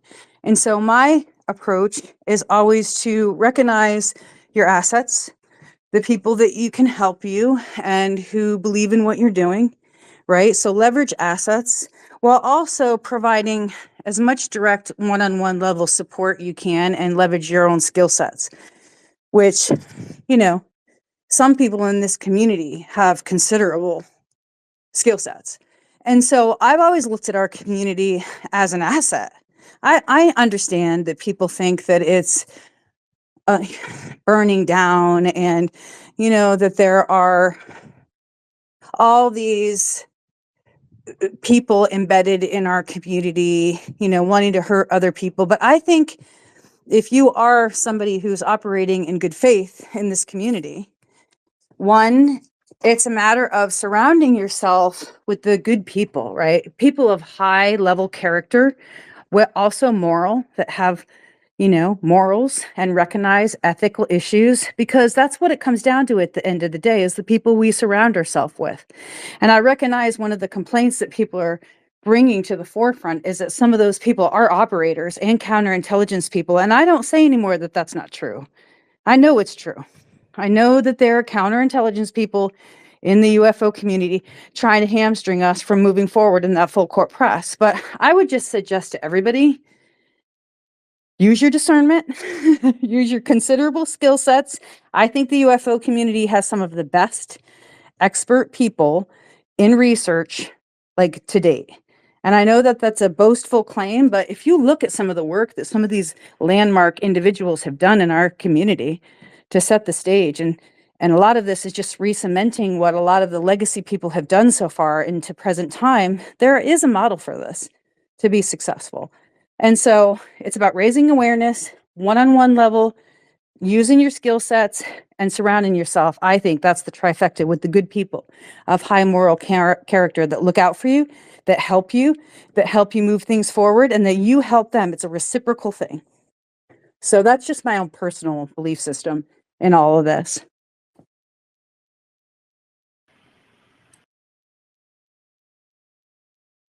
All right, everybody. If there's anything else, please feel free. I'm going to close out the space soon. I'm really glad everybody showed up for us today. I mean, I had these things weighing heavy on my mind and on my consciousness, so I wanted to bring them out and bring everybody together in a sense of neutrality, if we can, and respect for one another, and also raise an awareness about these issues, because they're ones that I care deeply about. I know others do as well, and I think the only way we're going to get progress is to work together. So that's my feeling. And thank you so much for showing up, asking questions, commenting about your work. Anybody who wants to reach out, just please follow me and I'll follow you back, and we can, discuss things one-on-one that people want to follow up on. Okay.